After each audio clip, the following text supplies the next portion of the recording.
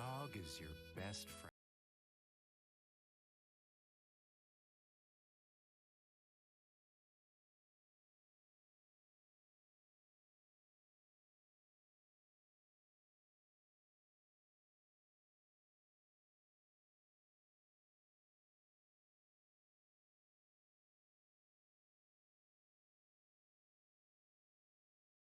What's up, Viking? How are you, my man? Welcome in. Hey, Mid Carter. What's up? I'm just trying to mess around with Hogan here. The wild cards and how they work is not something I've played with a lot. You can attach them to like extra gems and stuff, so I'm kind of trying to figure out how to make this funky wild card setup that I got going on work. It's kind of interesting. Scotty! How are you, Mr. Go Blue? So people that have played a lot of wildcard, guys, I could probably use their help on how to set up, I think, if possible, can set up some really massive hits. I'm kind of thinking like 2 on the side, because that'll makes these a 3, and then we got, that makes these a 3 and these a 3, and it should get all the multiplies. But I am not a wildcard expert, so I've kind of just been dinking around with this a little bit. To see what we can see. You think skip a row each? Because I want to get all the, leave as many multiplies as possible. So that's like a 4.2 million. The multiplies, the problem if I skip a row each, I'll get rid of more multiplies. But I'll try that, chapters. I was trying to think of how I could keep the most multis on the board.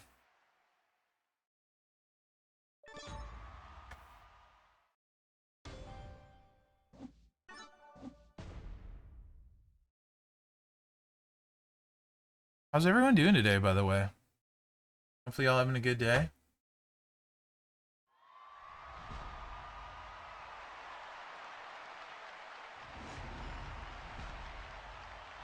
Thanks for the raid too, Bob. How was your stream, buddy? Welcome in, Raiders. Concrete Man, Chandler, Gav, Mex.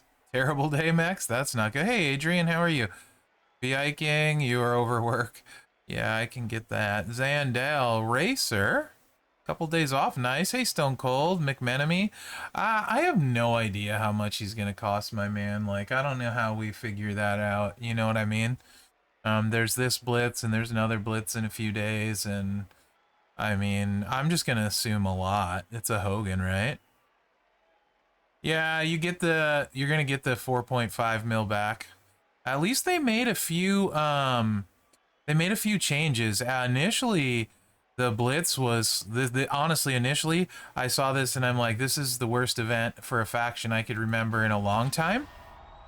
But then they added in the blitz tickets for the 5 extra blitz tickets, and that makes things the landscape a lot different. So I'm trying to figure out, with the way wildcard gems work, how to get the biggest boom with this.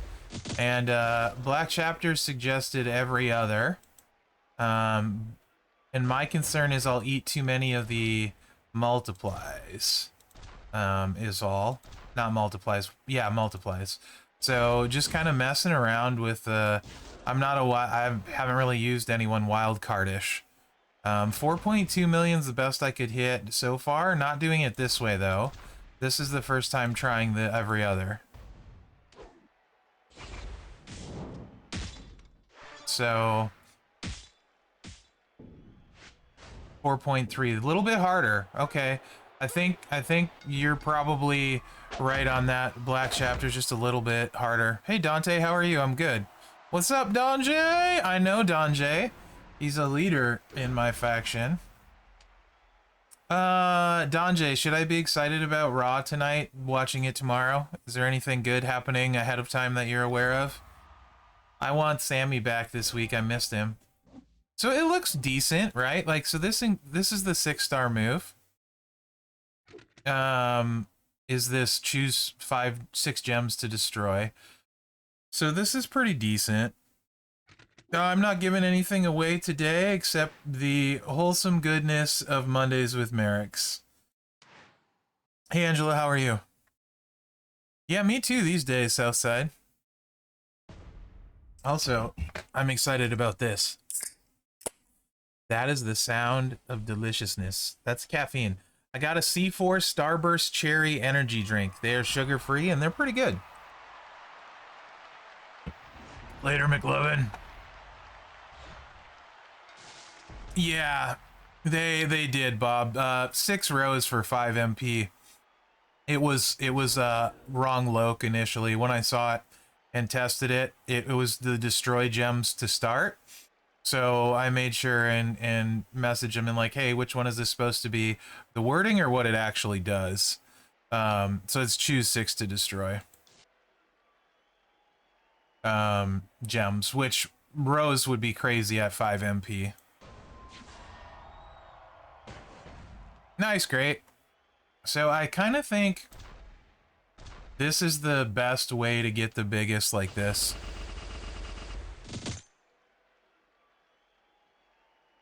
I mean, yeah, it's interesting, right? You only need to hit so hard at the moment. I don't know. He's really interesting.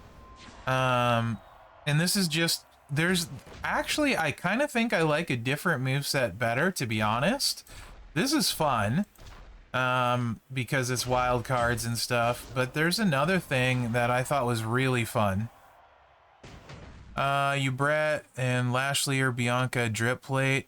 I would say the drip plate, Angelo, personally. It's for most rosters, I think the drip plate is a big deal. But I don't know specifically what you're going for.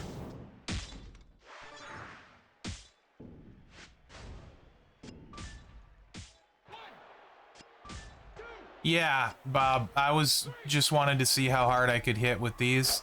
And it's not, you know, over the top ridiculous, so we'll toss in the other perp.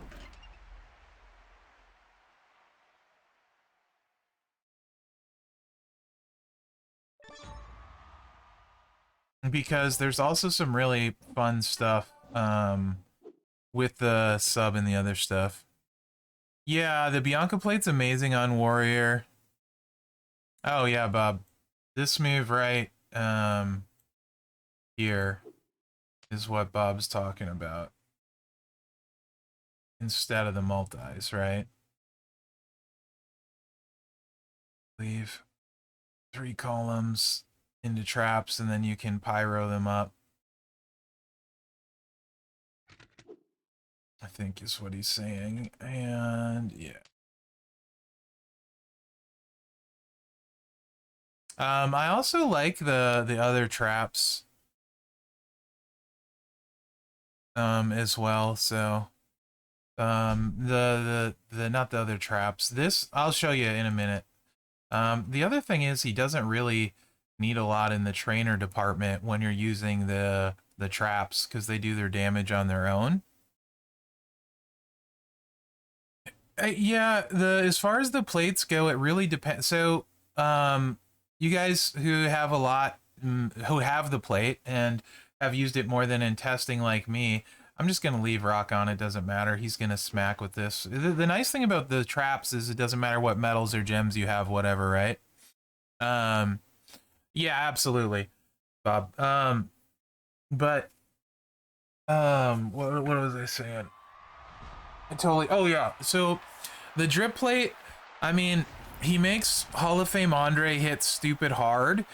I mean, not that you need to hit that hard right now all the time, but the charge is a concern if you don't have his gear with MP or the 17k Santa. Getting to the 9 charge is difficult with the drip plate. So in Hall of Fame Andre's case, I would want his +2 MP gear or at the least 17k Santa. Now, Bliss with the moment makes her arguably top 2 female in the game, potentially best. So, with the drip plate in her moment. So that's certainly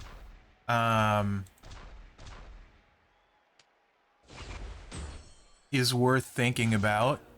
Now there's about 20 different guys you could use it on, like legitimately.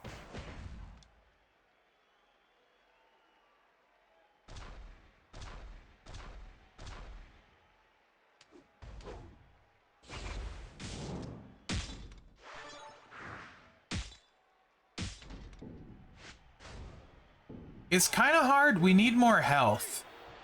I don't know how much that's going to take off. We can do the math, though, right? I did not get the plate mid-Carter, correct. Bianca's braid is amazing on Warrior. Hell Mode challenge today? Okay. I'll have to beat it with someone else first. B-Rock, I actually did a video on it. I don't know how good it is. At 5-star gold, the video, and it doesn't have the moment, but you're going to run a lot of the normal moves that you would for Bliss anyway. You want the pin bar doesn't move, you know, and black moves to get the drip plate off. And you can cycle it, you know, creating cascades and stuff with the drip plate. But yeah, and the Bianca's braid on Warrior is ridiculous. Really good boss battle plate. I could see it on DX Triple H with the build for that. So it's really between those two plates. But it really depends what you want to do with your roster. I mean, in a vacuum, the most overpowered plate ever made to me is the drip plate. Also, don't know what's gonna go which way as far as rarity. Hey, Lakester, how are you? And that sort of thing. Like, which plate is going to stay rarer, longer. So it's hard to say. But as far as affecting more people, the drip plate affects, like, seems like half of the game. So, there's that. Nice, B-Rock. Nice. So if we're going to add this up here, right, it's 3 columns, and we're breaking them. So we're dealing 129k times 21 gems with that move. So 129,000, just call it, times 21. So it does 2.7 million from the traps. And then it's whatever you do with the wild card. So that probably is only doing like 3.78 mil, right? Now I had to do a little more than that though, because we drained his life, right? So, but yeah, 129k if we're breaking it. So the other thing that's super fun is these two moves with the trap move. You absolutely shred their health. The Spectre Squeeze in this, because this move alone hits super hard.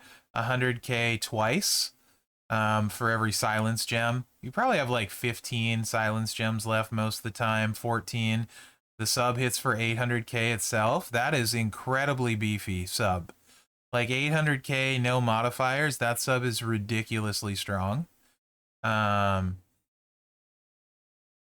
That's, yeah, so once you add in like the silence gems and all of that, it does a lot too. I don't know, Bob. I don't know if he's gonna hit the 9 million that you think. Your opponent breaks them, you steal a lot more health. So, because it's like, what? Let's see. Let's go in one more time real quick. Yeah, New Age, absolutely. Hey, From to Sip, how are you, buddy?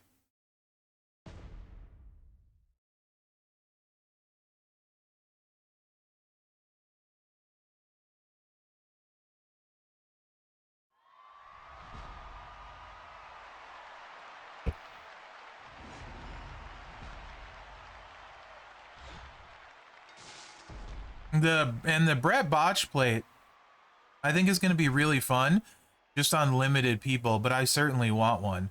So no disagreements there. I'm doing pretty good.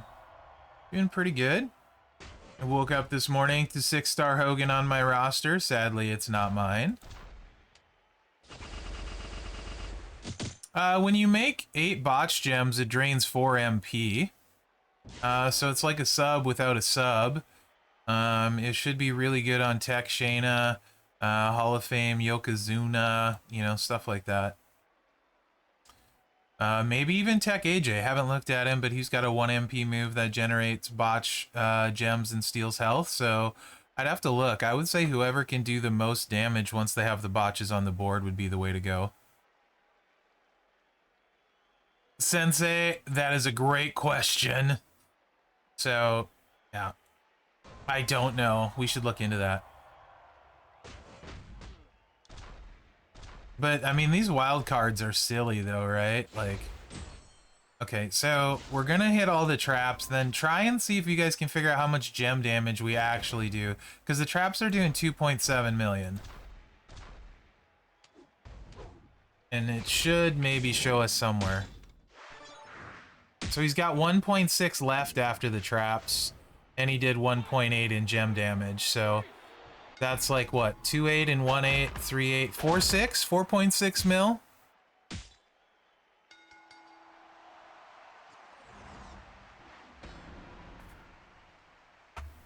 I mean, it's obviously going to recycle.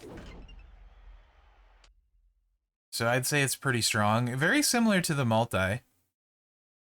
Just a different way of going about it. Almost identical, though, in damage. Maybe it's more, for sure, consistent, though, right? Like, super consistent. So, what I like, because it's kind of silly, is this one.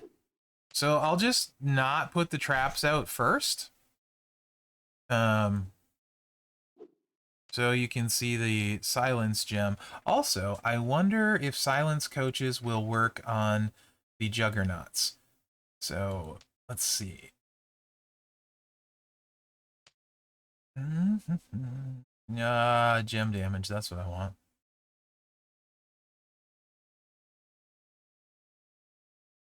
Thought I saw you somewhere. Where'd you go? Silence gems. Somewhere. I'll probably go right past it, and everyone will be like, bro, you went past it. Hey, Piper. How are you, buddy? What's up, Stinger? How are you, man? Let's see. It doesn't say it affects it. I don't know how we're gonna tell. Let's just do this. Continue. I kind of don't think it will.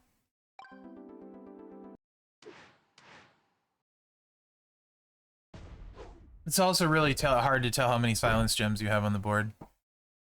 The enter is for trolling. So that people ask what the enter is for.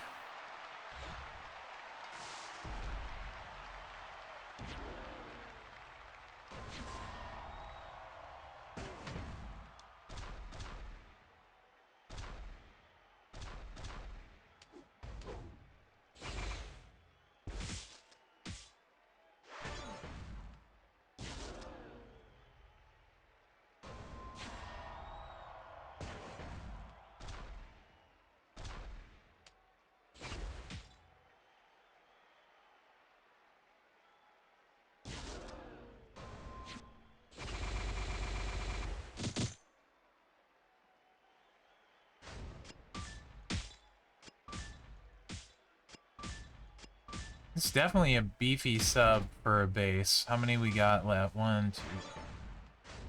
Like about 15? Yeah, so they do like tons of damage initially. Like, I mean, that brings him down, what, like 4 million? Basically? With just the 2 jugs and that without the trap gems. So now if you put the trap gems on it, and it recycles itself. This will finish it. So now you add the trap gems to that 4 million, and I think you're doing like pretty dang near 6 million a cycle. Hey, Oklahoma Thunder, how are you?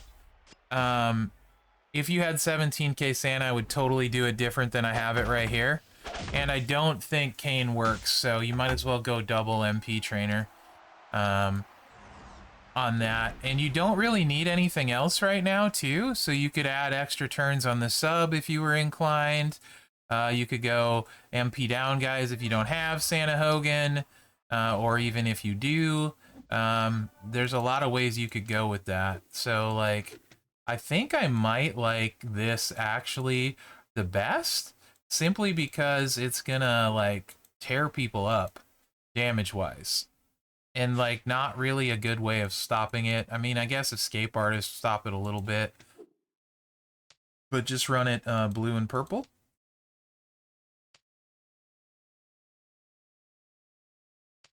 Because they're the ones breaking it when you're doing the sub, so 260k per one they break. It gets pretty dang beefy really fast when there's 21 of them out there.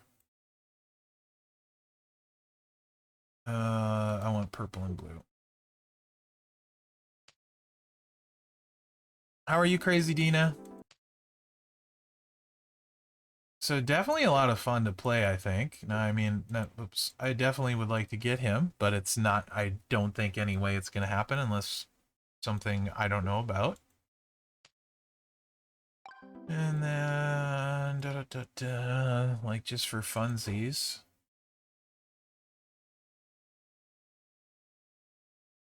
Speaking of head of the table, Roman.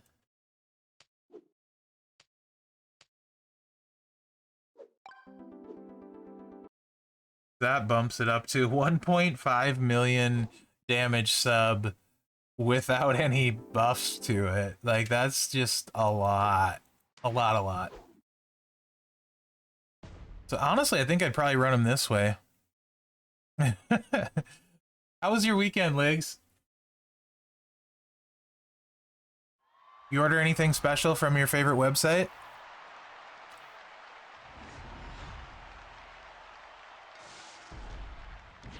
You know what I'm talking about.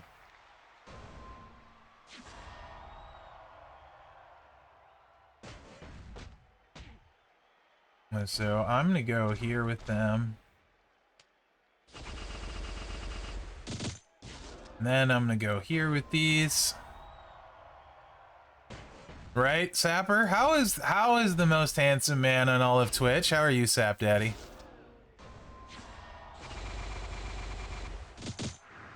I really like this set. I mean, like, really like this set.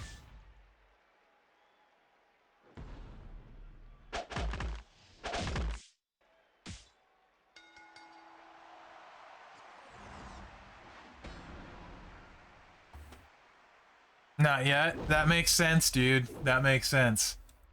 You could say it might be a bad Black Friday for you.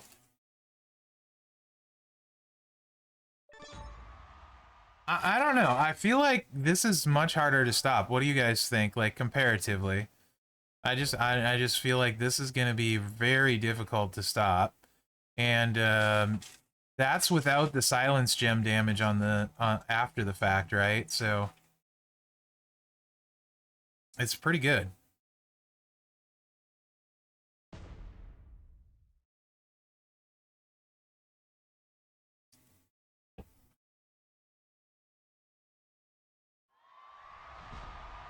Right on, bud. Who do I need this week, McMenemy? I know you would, Legs.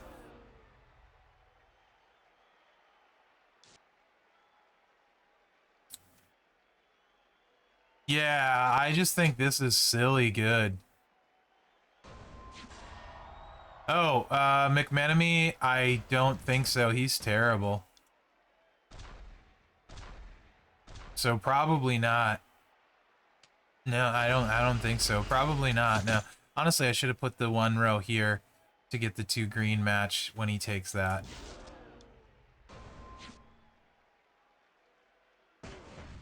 I'll have to look at him, but I can't see. Does he have a sub? If he has a sub, sure. Then I might. Yeah, this just melts people.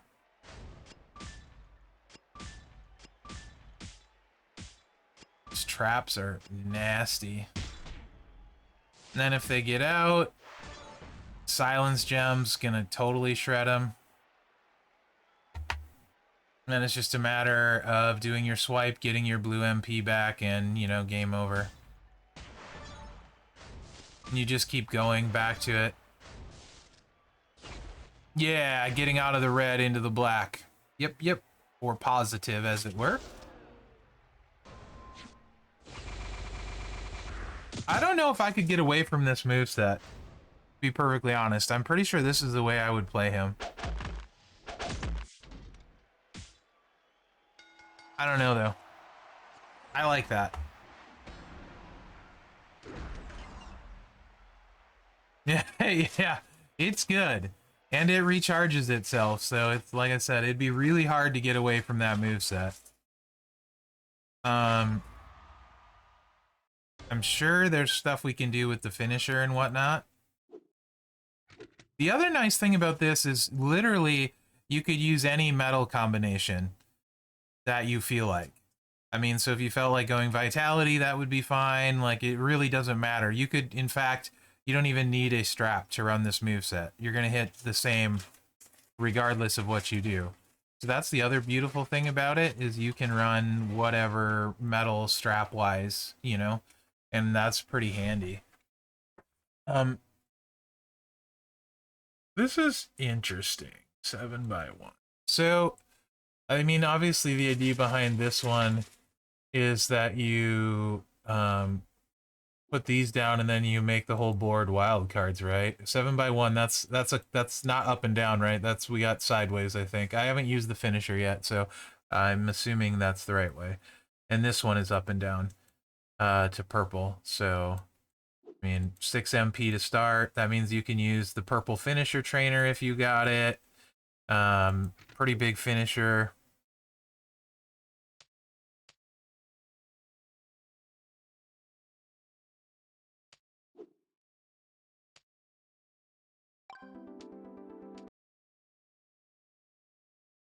Yeah.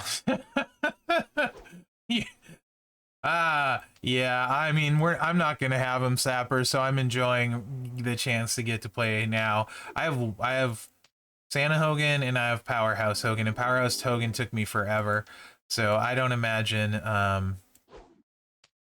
be getting this Hogan anytime soon, since I'm still missing NWO. Damn.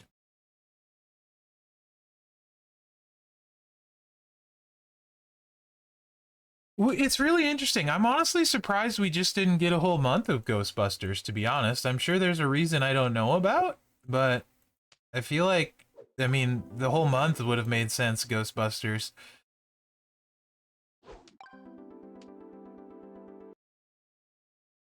Yeah.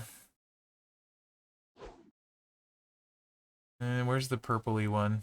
There's a purpley one here somewhere. You.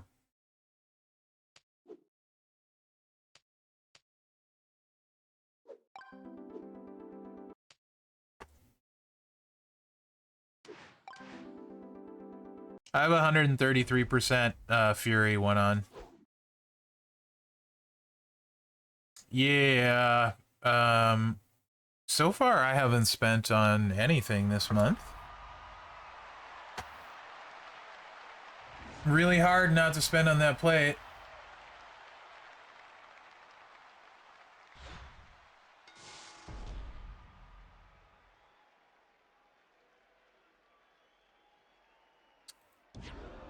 I like that this doesn't move the pin bar. Merrick's can't mess it up. No idea, Machinist. They don't tell us that kind of stuff, my man. I would assume no. I would assume this is the last of the, yeah, right, Stinger? I probably still can.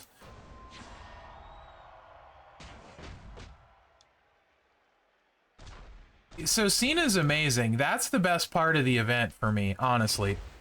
And I think you could make a case, as crazy as this sounds, I think you could make a case that Cena might be the best Ghostbuster. So 1.3 mil on the finisher, and then whatever we cook up gem damage-wise here.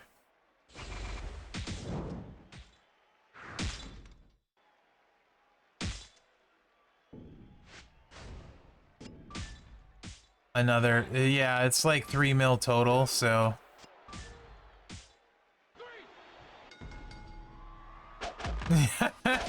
Yes, yes, Stinger. Yeah. So, yeah, I mean, like, yes, the finisher's cool, the wild cards are pretty and all that, but, like, I mean, really, are we gonna get away from those trap gems that are so powerful? I don't think so. But then that makes me wonder, what about this?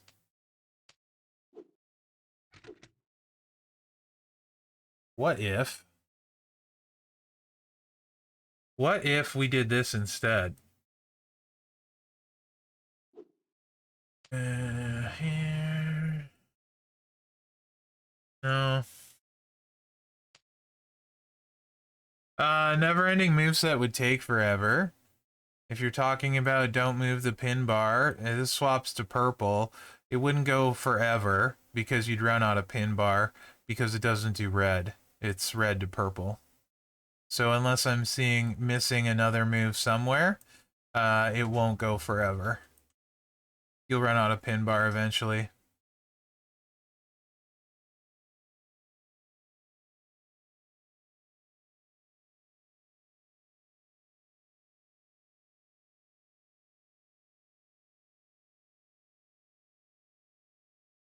Multiples not move the pin bar, pyros, and single plate. Yeah, I mean, like, but why?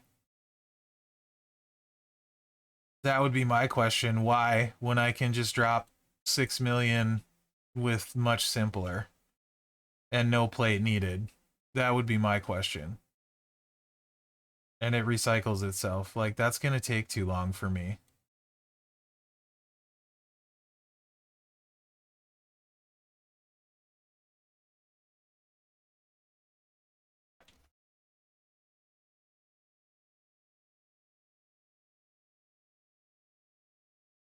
How many? Yeah, 2 mil, though? How many times are you gonna have to do that? You're gonna have to do that, what, 6 times?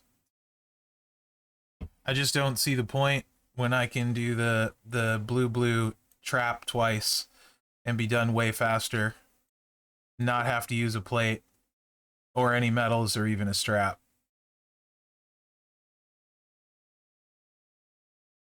Okay, 4 times. I mean, if you want to see it, we can do it. I just don't see it being any faster at all. And takes way more effort and materials when you could just win with nothing. Literally nothing.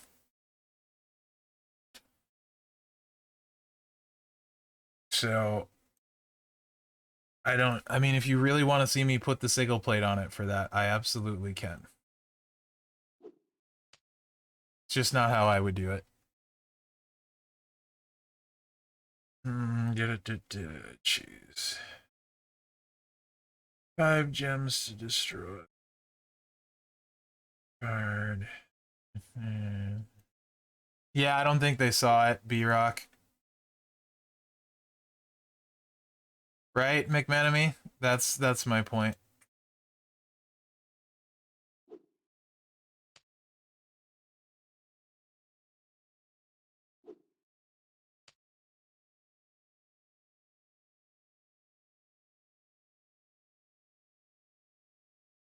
Either this one or the wild cards with the traps is gonna be super fast and much simpler because this you can literally run any. You don't need a skill plate. Um, I don't have Steamboat Sako, so no. But thank you for rubbing it in. I appreciate it.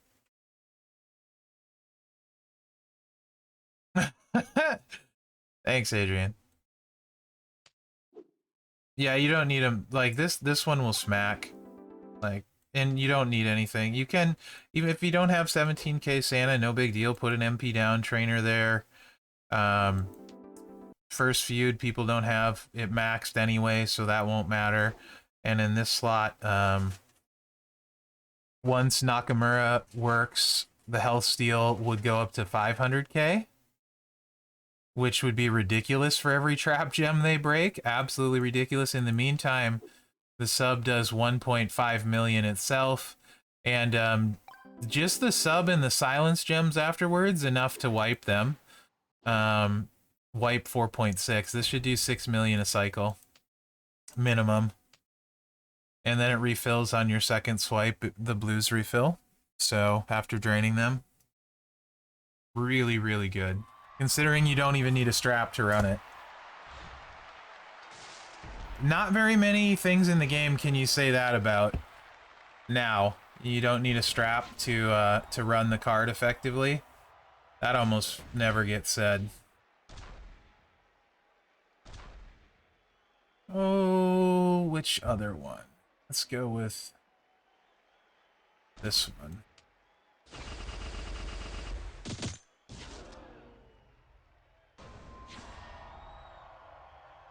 Yeah. Oh, yeah. Brother.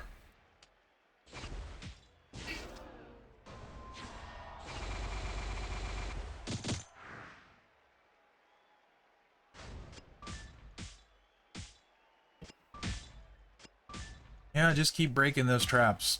Thank you.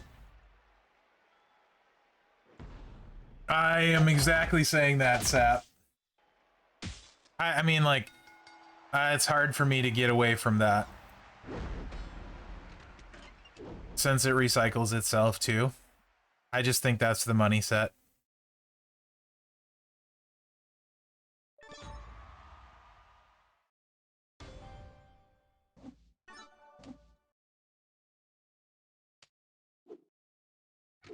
And then you can do the same thing with the traps, and recycle.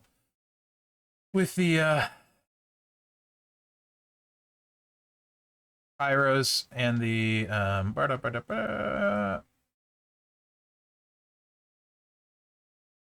it doesn't hit as hard, because you're breaking them, but it still is enough to wipe 4.6 million health. So, pretty good, too.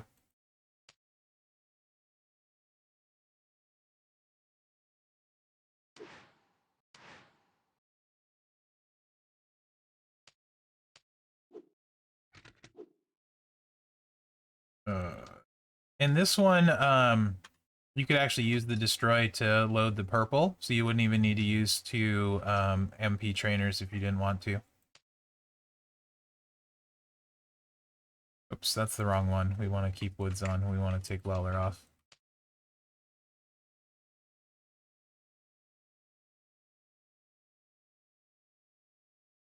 I need red. I can really figure this out.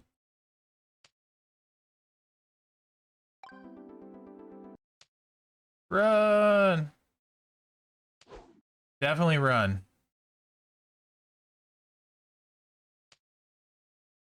It was. It was. So that might... I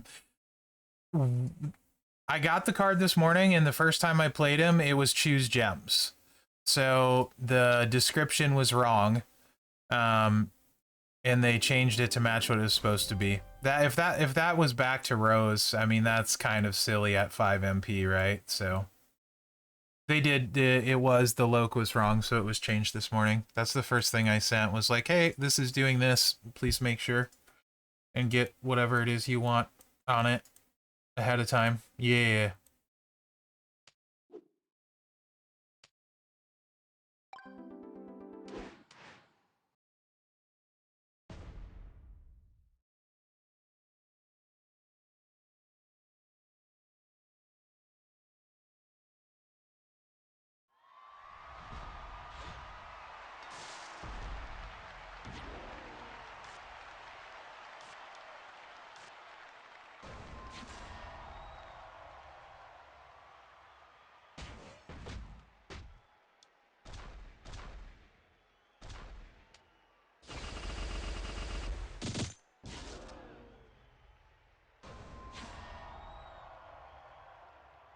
I'd rather have Sin Cara.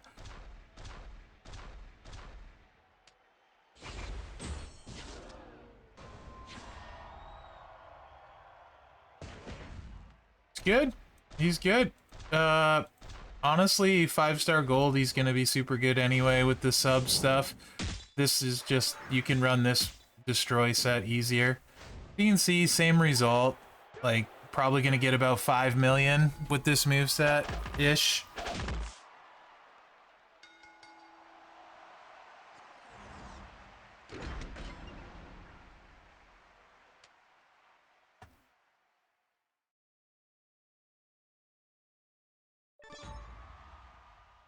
Without having to mess around too much. So yeah, he's really good. No question. I don't know. I mean, like, I still think Umaga's better. He's probably number 2, number 3, though. Him, Dragon, he's very, very good. I'd want him, for sure. Pretty fun. Anything else you guys really want to see with him? Like, he doesn't really need skill plate. Finisher only hits for 3. It's interesting because finisher build, you're like, ooh, finisher, full board of wild cards. You think it's gonna hit harder than it actually does. So, but I can't get away from the cycle with these guys personally. Yeah, McLovin, except there's nothing to see. Basically what happens when they remove it, until I reset it, I don't know it's removed. So I literally I'd go in to play a match with him and I'd get an error. I wouldn't even know he was gone till then.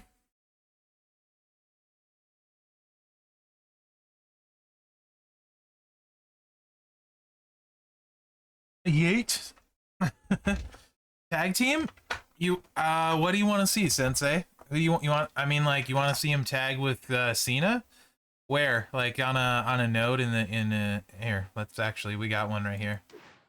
Let me play it regular first so someone doesn't complain. But faction milestone? Oh, nice. I have more blitzes to do then.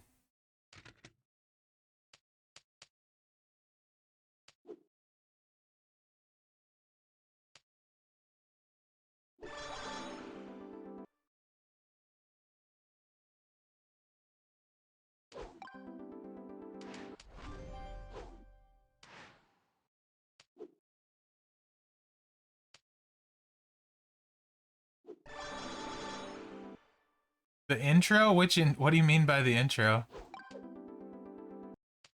Sapper. I love you, Sapper. No cap, I love Sap. Alright, let's get disappointed by my traps.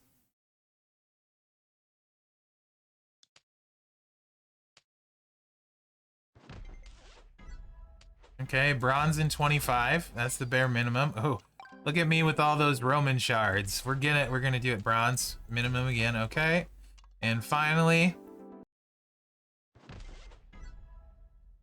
bronze all the way around. All right, bronze Slimers. Okay, look at my stunning rank right here.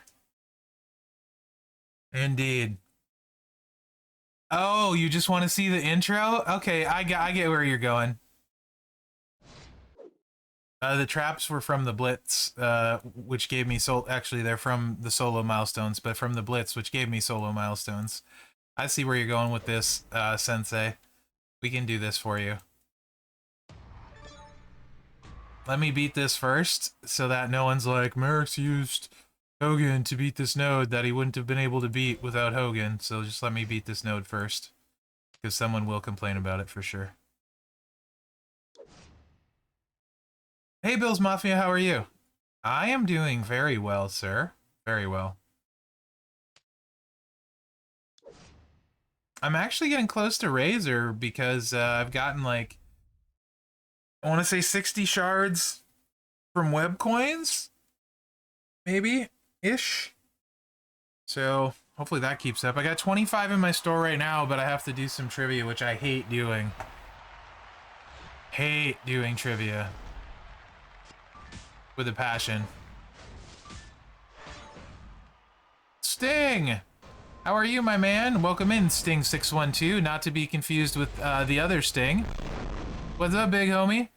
Not much. We're just gonna do a double Ghostbuster intro and see if their streams cross. for Sensei, which was a great call.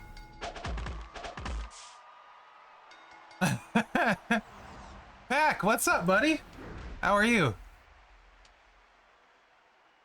We're gonna see if the streams will cross. That was a great call, Sensei. Great call. I don't know what I would do without you, Sensei. My life would be less fun, that's for sure. And then we got Fishy. Mr. Fish Can't Swim. Fish is an OG. One of the first people to ever watch me stream.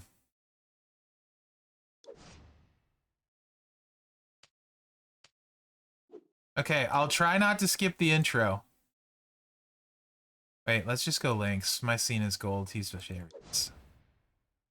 Alright, we'll let the AI auto it too. Here you go, Sensei, just for you. We'll see if the streams cross. If not, it's a missed opportunity.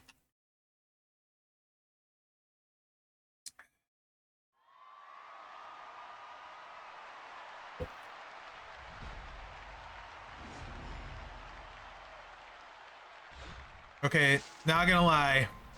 That was a pretty boring intro. Not gonna lie. I don't think the AI knows what it's doing here. Yeah. Hey, Patty, how are you? That was actually really disappointing. They didn't even shoot their lasers. Boy, the AI does not play Hogan well with this build set. That's a fact. Isn't it like extra something?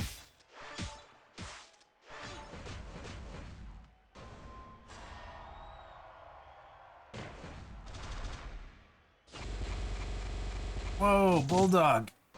Calm down. Yeah, 10 red MP. That's what it do be.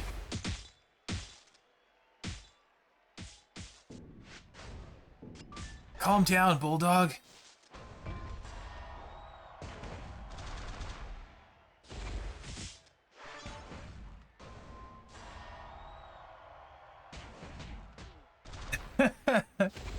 How's Sharn doing, McLovin? I mean, in WWE, just about every event is paywalled. I mean, realistically, at this point. So really, it's a matter of finding the levels that work for you, and what is in your budget or not budget, right? So I always look at an event and try and find my milestones. Like, these are the milestones that I'm going for based on my roster and the event and me wanting to spend or not spend, right? So, what can I pick up for free? That's generally what I look at. What can I pick up if there's another milestone that's worth a little bit? Nope.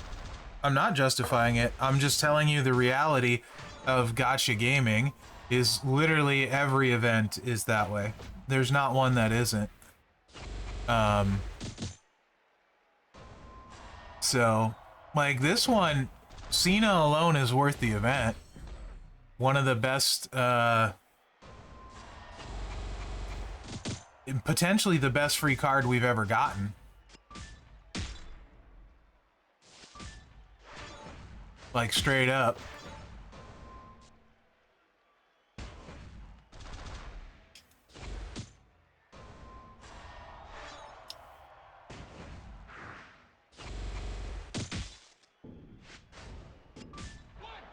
The bread event was better than I thought. It looked like it was going to be really rough with the required characters, but then almost none of the shards were behind the walls, so no way of knowing that, Bill's Mafia, but a lot.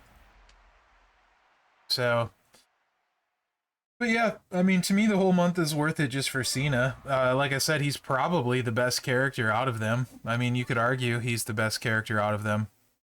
So, you know, I'll take it. That's how I look at it. But yeah, intro, sad. Sad intro. No cross jetpacks or anything, proton packs or anything fun like that. As for the event, I don't know what's gonna. Nice, that's good, Joey Legs. I did get Brett, yes. I did get Brett. He was fairly gettable, but the showdown scrimmage ones typically are. If let me, if you have a big roster, the event lines up for you, that kind of stuff. You could get 3 bonus milestones for free if you had the right cards, for free. So that was quite a bit more than I thought you would be able to get. So yeah, the strike R-Truth is really good too. Yeah, the crazy thing is the MLC, you used to not be able, like, maybe 400 or 500 people would complete an MLC, 600 maybe, and now we have like literally thousands that complete an MLC. So that's not to, I'm not like justifying that, but if you think they're paywalled now, you used to not even get the chase without massive spending. Um, and that's not justifying, that's just history. So it's nowhere near what it has been in the past. And the free cards are actually very good now. Pretty much every month, which is nice. Like I said, Cena, you look at the acrobats, you could make a case that Cena is the best acrobat in the game. In some ways, he can showdown, he can feud. He doesn't really need a strap. He does need some trainers and stuff, but low charge. Good training ability in some situations. So, like, big fan of that. And Acrobat is one of the best classes in the game across the board when you look at acros. Really. Acrobat is loaded. So.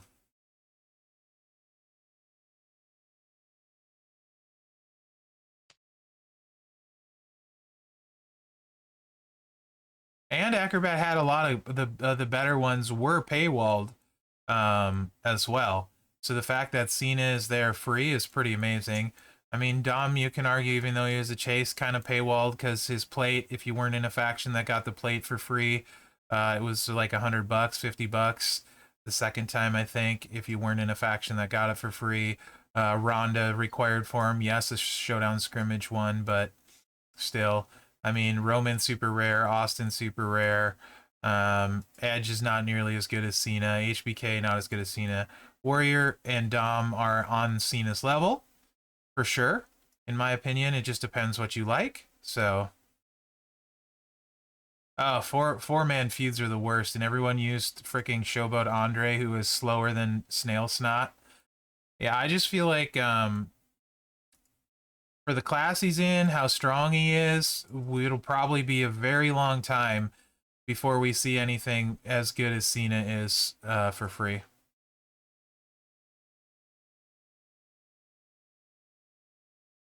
So I'm a big fan of the Ghostbusters event just for Cena. But like trying to figure out what it's going to cost to get somewhere, guys, is very hard. So, I mean, if you're talking about the Hulk plate, you look at what's in the Blitz today. I mean, 20 million to get the Hulk plate. And the only place to get points right now is loot coins in the Blitz. And Blitz, if your faction does it, you get what, 10,000, 1.55 mil total. You get my calculator. 1.55, because I'll lose track.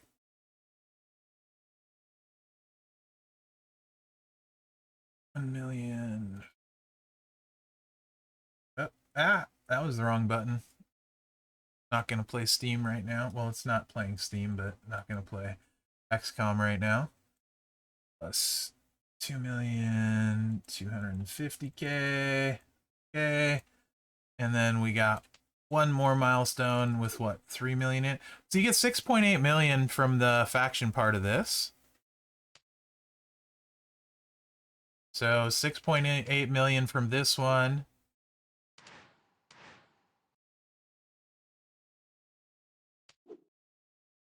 is going to get you here-ish. Then we have another blitz in 2 days. No idea what we're going to get from that, but I would imagine another 6.8 million, which would be about to where this is, right? So 13.7-ish total.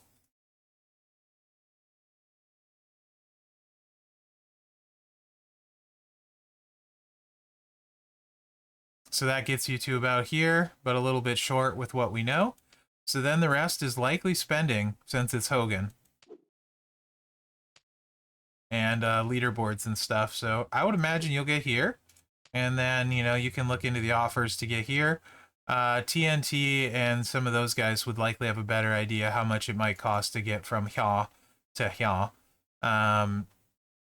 Because that's not even something I like remotely check because it's so far out of the realm of my reality. You know. Yeah, Scott, I saw that, and you can run as many of the blitzes as you want, it looks like, assuming there's an unlimited amount of currency to buy.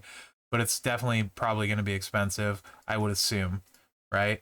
Because if we can, do you guys want to take a look at the blog or no? Like, I'm fine looking at the blog if you want to, but yeah, it doesn't exactly answer a ton of questions for where you can get scoring wise. And like as far as Roman, most of his shards are leaderboard stuff, so oh, we can look and see who's doing what on this. Modfather might be towards the top. I think he's been going wrong one pretty hard on the Ghostbusters stuff. Where's the leaderboard? Hit this right. Rank, here we go. No one's maxed it yet. Mod's not up there yet.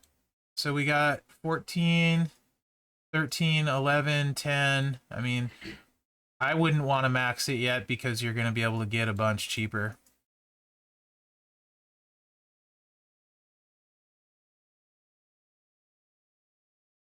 We got Hogan today. That's pretty cool. I actually got him out of a pull, so. You know, doesn't look like anyone is super going ham early on this one, but I wouldn't either. I'd wait and see what you get from the event, so. Or a hug, McLovin, or a hug. So yeah, I mean, I do think Hogan's super good. Going to be hard to stop, but I mean, that's to be expected, right? Like, you would assume Hogan would be good and expensive.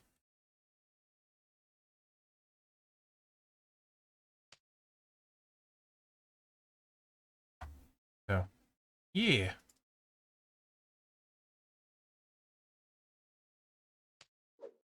Honestly, the Ghostbusters are really fun. None of them are like what I would say insanely overpowered. Like I said, I think you could argue Cena's maybe the best. Austin's really fun. Roman's really fun. They all look super fun to me, so I would like to get all of them. The ones I played were fun. Like Roman looks fun at 6-star with the shenanigans with the kick out and the 3 MP move. He would be really fun to build as far as defensively. But like this milestone being almost double, more than double of this milestone should tell you that it's basically unachievable without spending the farm. Yeah, Black Chapters, me too.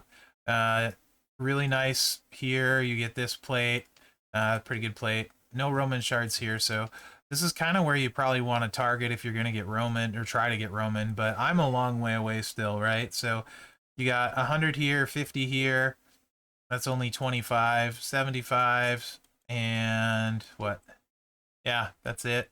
So 175, and I don't know if we even have any in the milestones left. So that, and then it's just down to traps and leaderboard. So let's, even with 175. Hey, I see TNT down there. You are on stream. That's funny. We're actually in the same server right now currently. That's funny. And Roman, I don't have very many shards. What is it, 575 or something like that now? So that, I mean, I don't, honestly, I don't think I'll really get much more than halfway on Roman, maybe 1,200 shards. Without, yeah, 625, that puts me 800. Plus whatever is in the traps left. which I guess I could look and see. Hey, Mag. Hey, Seb. Welcome in, guys.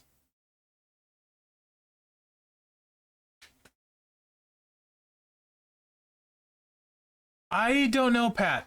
It was asked earlier if there would be victory tours and in town hall, and I don't think there was an answer on that. Although, to be fair, I did miss a lot of chatter when this event first dropped, because the event is exponentially better now than when it first happened, because they added those extra Blitz tickets.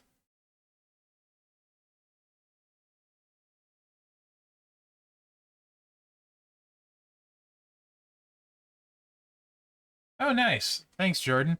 I actually didn't know that. You'd think I would look betterer for somebody who played this game so long. Let me go. Where do you see that? Earned points? What screen was that on now? Milestones 3-5. This one? Oh, that's really cool. Yeah. Thanks, Jordan. I didn't realize this was here. So where's the other 3 million on that? Earned points 3.8 of 6, 8. Did I really get 3.8 so far? Oh yeah, I did. 6, 8. I did add it up. I see what you're saying. Yep, we're good. I know where it came from. It really coin. How did I miss that? That's really cool. It's on all of them? I gotta look at this. Is it not this button? This one when you hit this? Okay, it's not on that one. All right, let's go here. No, I am not a developer of the game. Yeah, give me, yes, 1 second. So, coin, he says. Oh, yeah.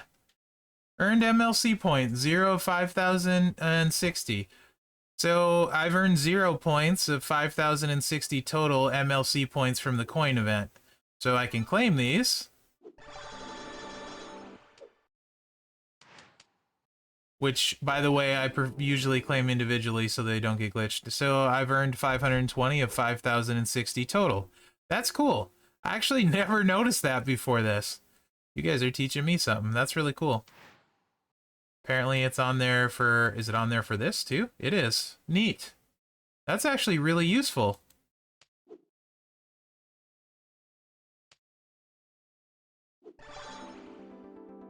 Really useful. I need to level our truth today.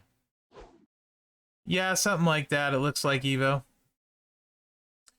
So yeah, it looks like if you wanted to max, it would be super expensive. And Roman looks like just no way of getting without leaderboarding. And so like, I think this leaderboard has Roman shards in it. Yeah. Like probably kind of have to be in the top 50 in the first one and then this one to have a shot. 14 megas to max. All right, there you go. That's $1,400. Oh, how did I get Hulk Hogan already? Oh, it's really simple. Hey, Mid Carter. Mondays with Merrick's. Look at you guys go. It's really simple how I got him. I just asked for him. It's not my Hogan. It's a loaner. He'll get removed from my account. I have 200 shards of him that are actually mine. Not mine at all. Anvil isn't mine either. So the ones that are mine are anything other than these two. So I'm an official content creator for Scopely. Technically the term is influencer. We have, how many of us do we have, guys? 6, 8? Me, Gerson, Goldie, Davey, Benny, Cerzoro, and DJ. 7. Yes. We just... Yep, Scopely shill, as Piper has so kindly said. Correct.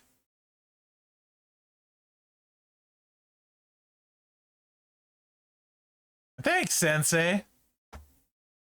Slave, yeah. Yeah. So, honestly, really, most of the time I enjoy it, like, doing the stream on the Champs channel, completely optional. I stream every Monday on the Champs channel because I decided I wanted to try doing that. And that's been pretty fun, actually. How do women warriors in the top 3 always have like a zillion points? I think you mean woken warriors. They have a lot of really good feuders that are on right away. Right? That's what they call them, social influencers.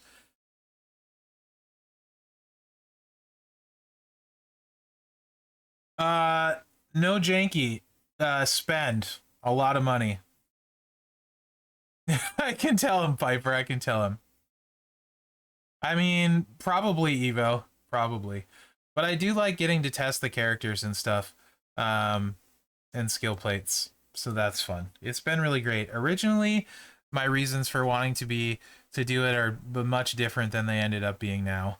And now I probably fight as with things as much as I do play the game.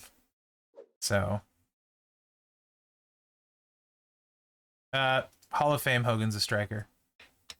So, do you guys is there anyone new that didn't see the Hogan stuff? I really think the blue set honestly is the one I would use. It just smacks super fast. Otherwise we can do other stuff.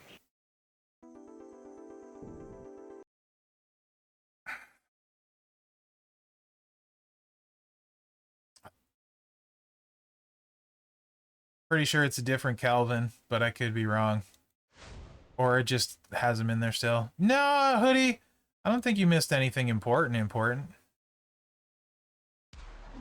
For sure, Evo. I get that. I'm sure it has. I mean, if it makes you feel any better, I'm not going to get them, but it probably won't make you feel better. Because I don't get a lot. Channel info for what, Timmy? For my channel or something else? What info is it you're after, buddy? Where were we? We're beating up on Godfather.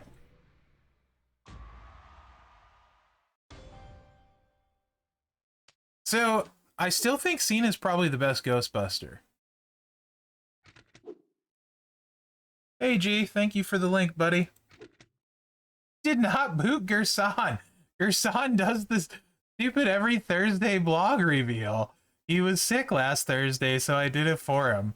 Come on, man. That's the most ridiculous thing ever. Gerson has like 20 bajillion followers, like 5 times more than anyone else. G linked it for you right there.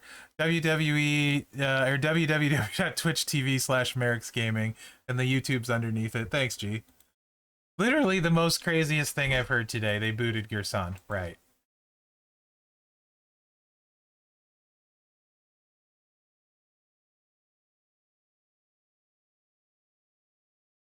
Just I post my Twitch streams on YouTube, not this one, but the other one. I don't even know right now, guys. Yeah, who's no one knows who Gerson is. The trolls are out in force today. You know, the guy with the big beard that rips his shirt off every time there's a Hogan. Fell out of his chair on Bobby Roode. Do I think Cena's better than Hogan? So, Cena, turn 1 is going to do 4 million. Turn 2 is going to do 16 mil. Or 12 mil, I'm sorry. So he can do 16 million. On turn 2. Pretty much a full drain. As long as you're, Swavey, the late night one? No, I don't think I posted that. Actually. Best underrated wrestler if you're talking in real life? Like, take your pick, Sammy, KO, Chad Gable. Those are the guys that I would say. This coach doesn't even matter. I'm not even going to change it. The game? Oh, in the game underrated. Boy. That's a good question.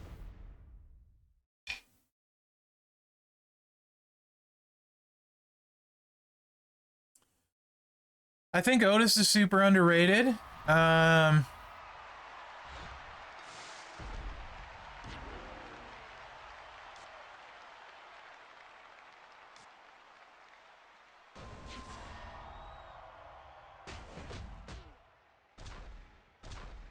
And let's go with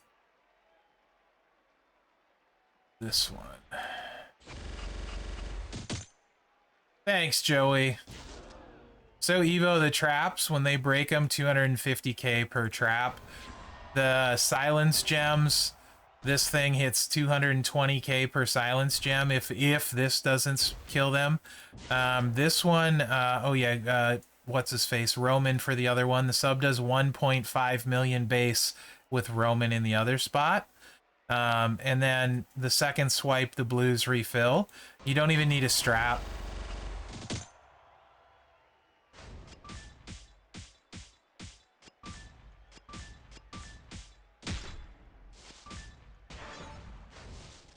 The silence gems would have done, I don't know how many million right there too. Then it's just a matter of the next swipe, the blues refill, if you don't drain them. So it should be about 6 million, 6 million, 7 million a cycle, maybe a little bit more with the feud perk on the sub. Maybe 8 million a cycle, Evo. Really nasty. Yeah, and you don't even need a strap. So I can't see running him any other way, really. You know how I feel. If you can't completely drain him turn one quickly, then you might as well just use the sub and win on the second cycle kind of thing. So Cena Ghostbuster is very different at 5-star than 6-star. 5-star is open for debate how you want to run him. I have my way I like running him. 6-star is the game-changing move that makes him great. It's this one. It's like 570k damage for every countdown gem. Yeah, I think Umaga's better, personally. Damon, I talked to Zeke probably about a week ago. He's actually doing really well, so. So you would use this move, and then the choose move, and this move. And on turn one, you just hit that right here after throwing out your 1 MP. This is 1 MP, by the way. Yes, Hoodie. And this is 1 MP.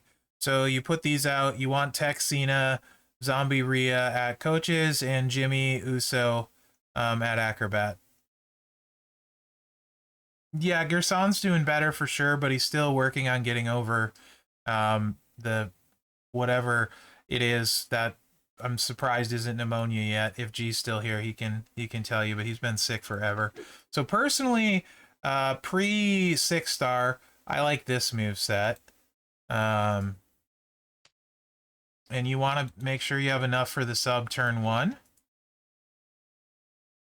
Yeah, pulmonary infection since September. Dude, that's ridiculous. So you want to go double blue MP trainer.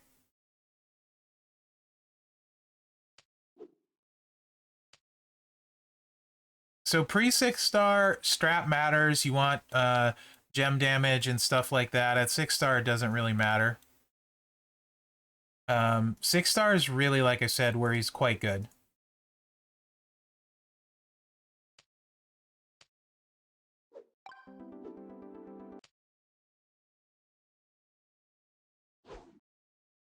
And then if you got him, the color turn, probably color turn, gems do more damage. It's a higher one than blue, I think. Otherwise, Snoop there. Not this one, that's countdown. This is the one you use for the other move. That's why it can hit so hard. This one, Brett, is who you want here. There's 4, 3, 1, 2, 3. There's 4. Yep, 4 of them is it. I'm pretty sure, or we would know about them. I can't imagine there's going to be another one. I think 4 is just what we get. So I'd run them this way. And Z plate prior to 6-star. Read my. I'm scared.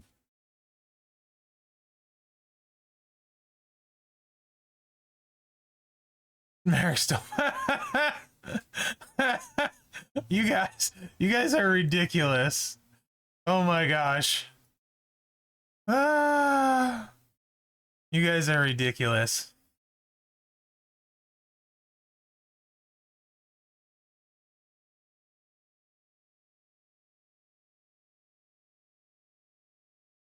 Who says you can't have fun? Absolutely ridiculous.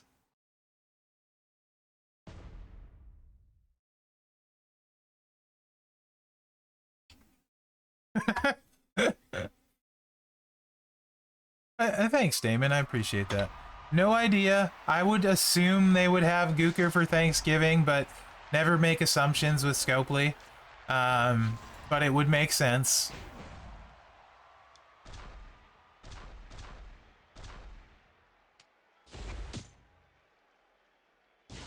Oh, come on, Evo. It's not that bad. So the nice thing is this combo gets you your color turns everywhere. And lets you recycle. So this is the one I prefer. If you might as well put this down in case you don't win. And you don't need to use Cena. I could just as easily be using, plus you get the Z plate to proc again. So 2 sets of the Z plate, it's pretty much over.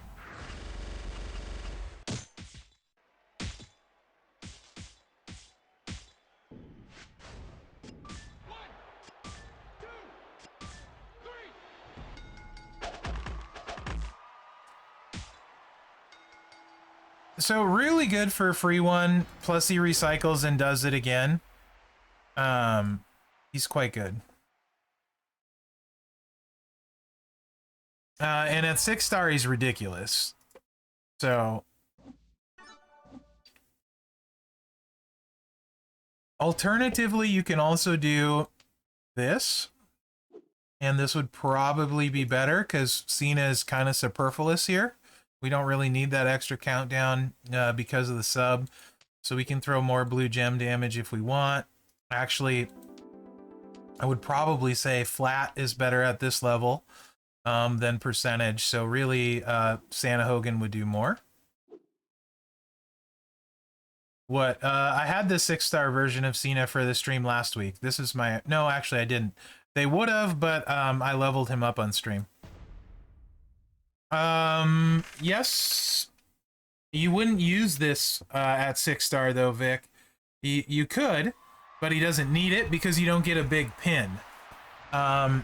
He just drains them fully. But Z-Plate helps. It adds gem damage and it helps. For sure. Because of the defensive stuff.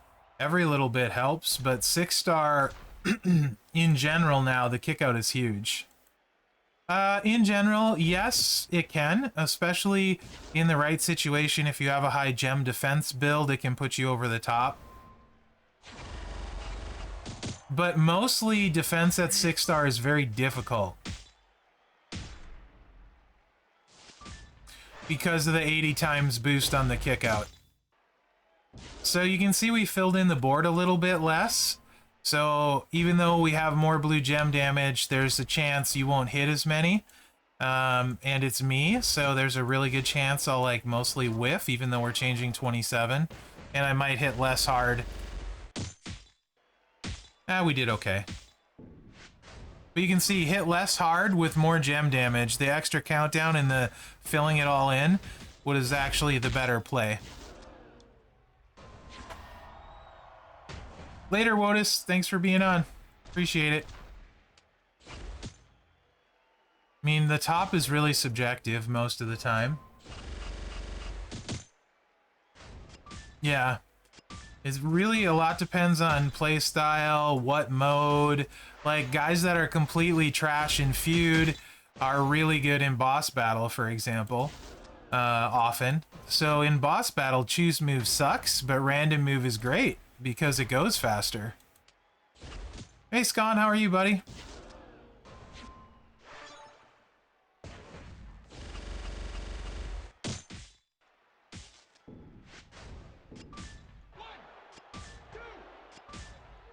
Definitely liked it more with the other.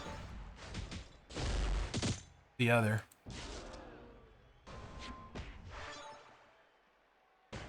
What's up, Lee?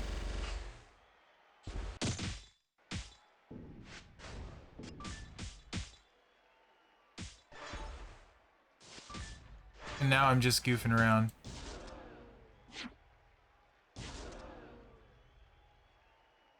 I like him personally, McMenemy. I think, and again, different for different rosters, right? But like, I just think all around, DX Triple H is the play at Tech. I mean, I get it if you got Razor's gear, maybe you like Razor better. If you got both of Snoop's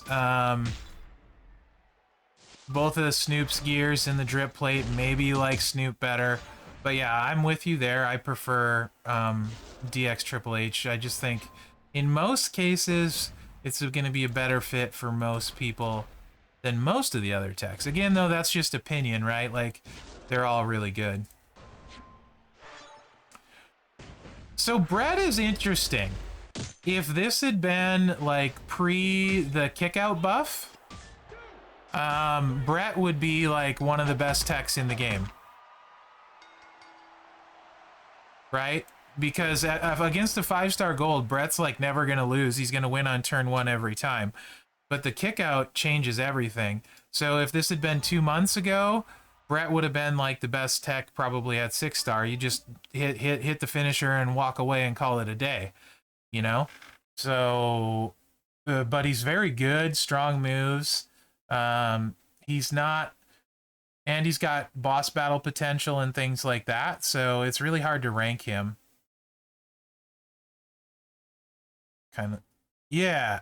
He's really good, Evo. Like, and it's just weird how we think of the game, because we basically, in general, a lot of the opinions are going to be completely based around feud.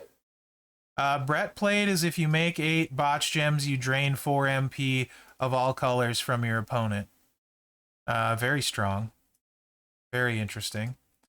Lee, I don't know. I don't think you were here earlier, but this, to me, even though it doesn't use the 6-star move, is ridiculous. Really, really good. So I prefer it like this.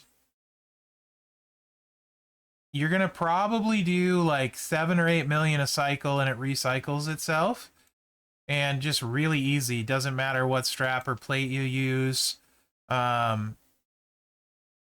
Plus a little bit better with feud perks. I mean, that's a 1.5 million sub with just Roman on there. That's kind of crazy. You could actually probably go a super sub route with him, and instead of using the trap here, you could load the 7s. I mean, obviously, we don't need to. We could do, you just throw 3 more turns on that sucker, and it just gets crazy. So, I don't know. Let's see. What does he turn it into? Hey, Bowen. 2.4 million if you went Eddie. On just the sub. But I do like the traps, because when they break them, they're doing 260k damage. Imagine if Shinsuke works, then that's like, 520 freaking K per trap gem when Shinsuke works.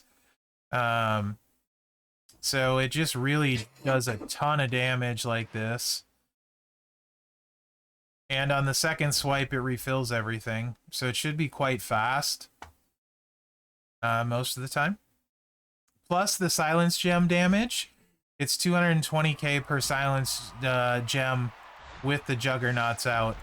So every silence gem that gets left behind is 220k, 110 per jug.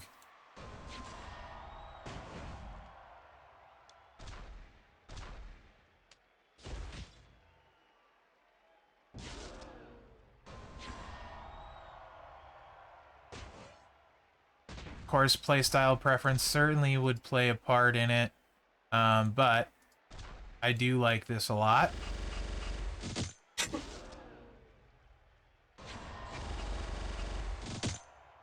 And he's just gonna drain the crap out of himself.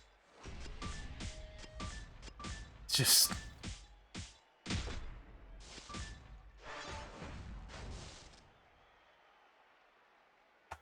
And then it's just do your swipe, and next turn the life comes back, or the MP comes back right here. Boom, boom.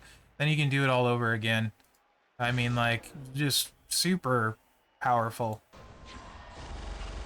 Doesn't matter. He doesn't need a strap. He doesn't need a medal. He doesn't need a plate. Really simple, straightforward.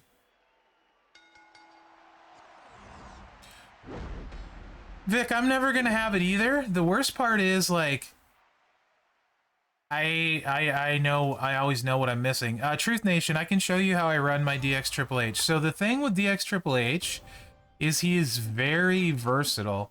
There are a ton of different movesets you can run and ways you can run them depending on what skill plates you have, medals, trainers, that sort of thing. Personally, even though I don't have a great black move damage medal, in fact, I only have tier 4, I run him double takedown. Oh, yeah, Lee, hold on. I can show you that real quick. Let me show him this, and then I'll go right back to that, because it is weird, but if you do call... Here, I'll just run this quick and show you. So, Entourage for him also varies. If you don't have Ambrose, you're going to miss out on this moveset. There's also, you can run the finisher with the Sheik plate and do a lot of stuff with him. It's okay if you don't have Gooker, no big deal. I can run it without Gooker if you want to see. He'll shred people. And then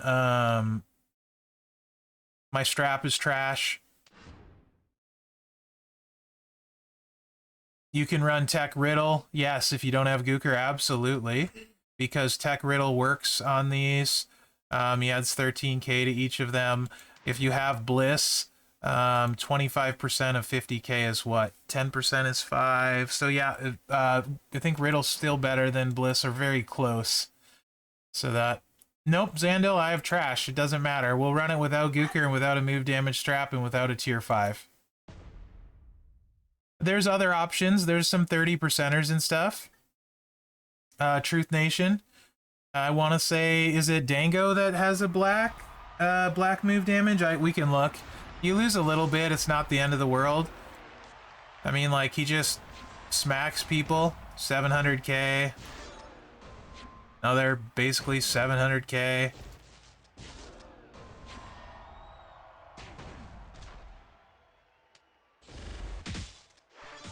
I can cascade anywhere. Now you get the power gems out. They get a buff and feud. This is with a cascade too, by the way. You could also consider putting a Lundra on. So if you made a black 3 match, like this, right here. You can actually gain pin bar. So in feud, you'd need a Lundra. You can see we actually gain pin bar because of the 5 match. So there's that too.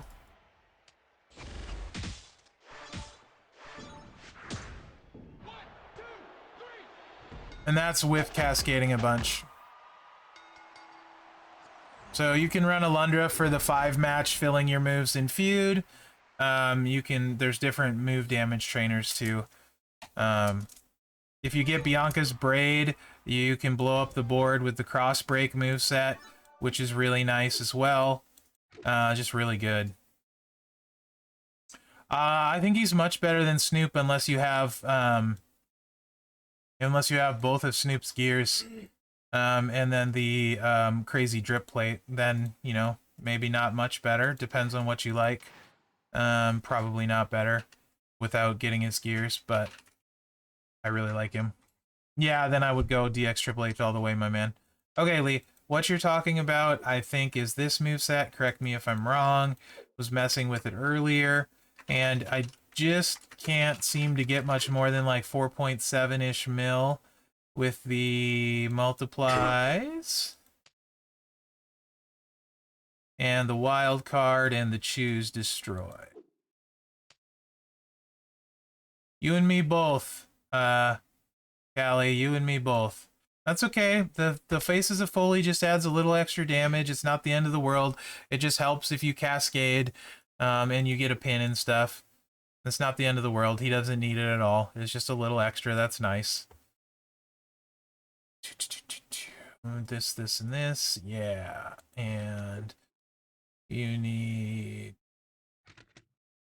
You could probably do something with the destroy and a plate. Is there like a red to purple or something? Maybe able to do something there and get away with less trainers.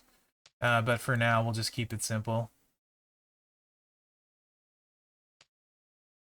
And do this with the red. And we'll put Memrock. I know you have Memrock. And I think this is one... Yeah, this is one set of Fury 2, Lee. And one set of Fury. Here, let me show you the strap. I haven't come to a conclusion on a skill plate for him yet either that he needs. So nothing crazy. 20, 40, and 5 on the strap. So literally it's only 116% purple and then like 95-ish on the rest. Yeah, Hogan is powerful for sure.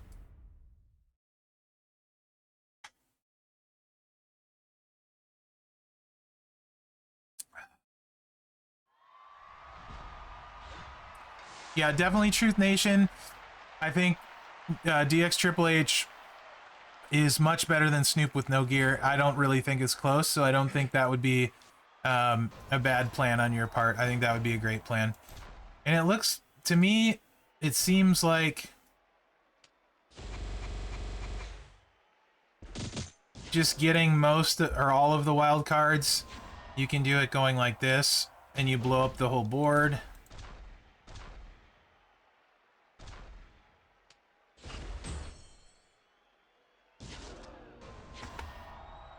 Nice, Mark.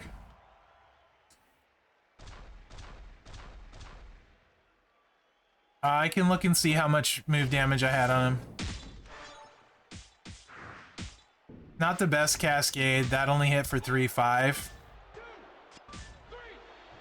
It really depends what's on your board, I think, honestly, Lee. It just, I don't know. I don't see it going super, super heavy. I mean, now, that being said, you have top line bonus a lot. So, I mean, top line bonus, all of a sudden now you're running Matt, right? Instead, that might make a big difference. And if you can use a plate to get stuff out extra. Yes, I think DX Triple H is better than Dom.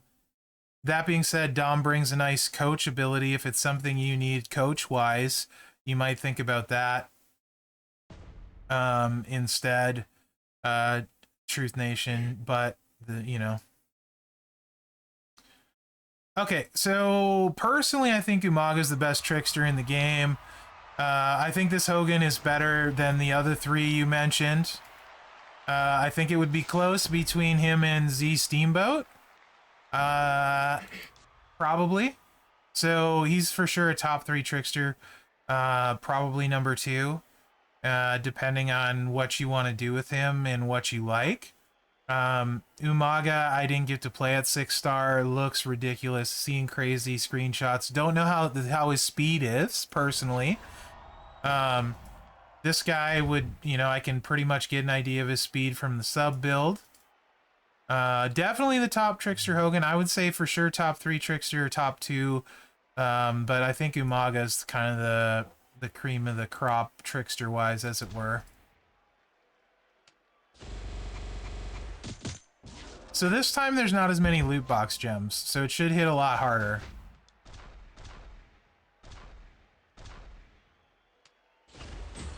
Kept a few purple on there. Yes, correct.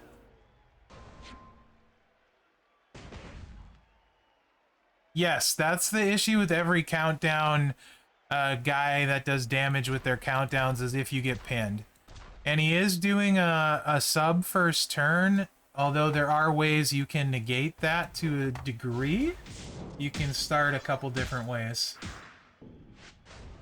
Yes, so if you're doing the, you can see that was about 4.2 million. I know you can do the endless cycle with the taker plate. I just don't know if that's faster than the other way, and the other way just seems simpler.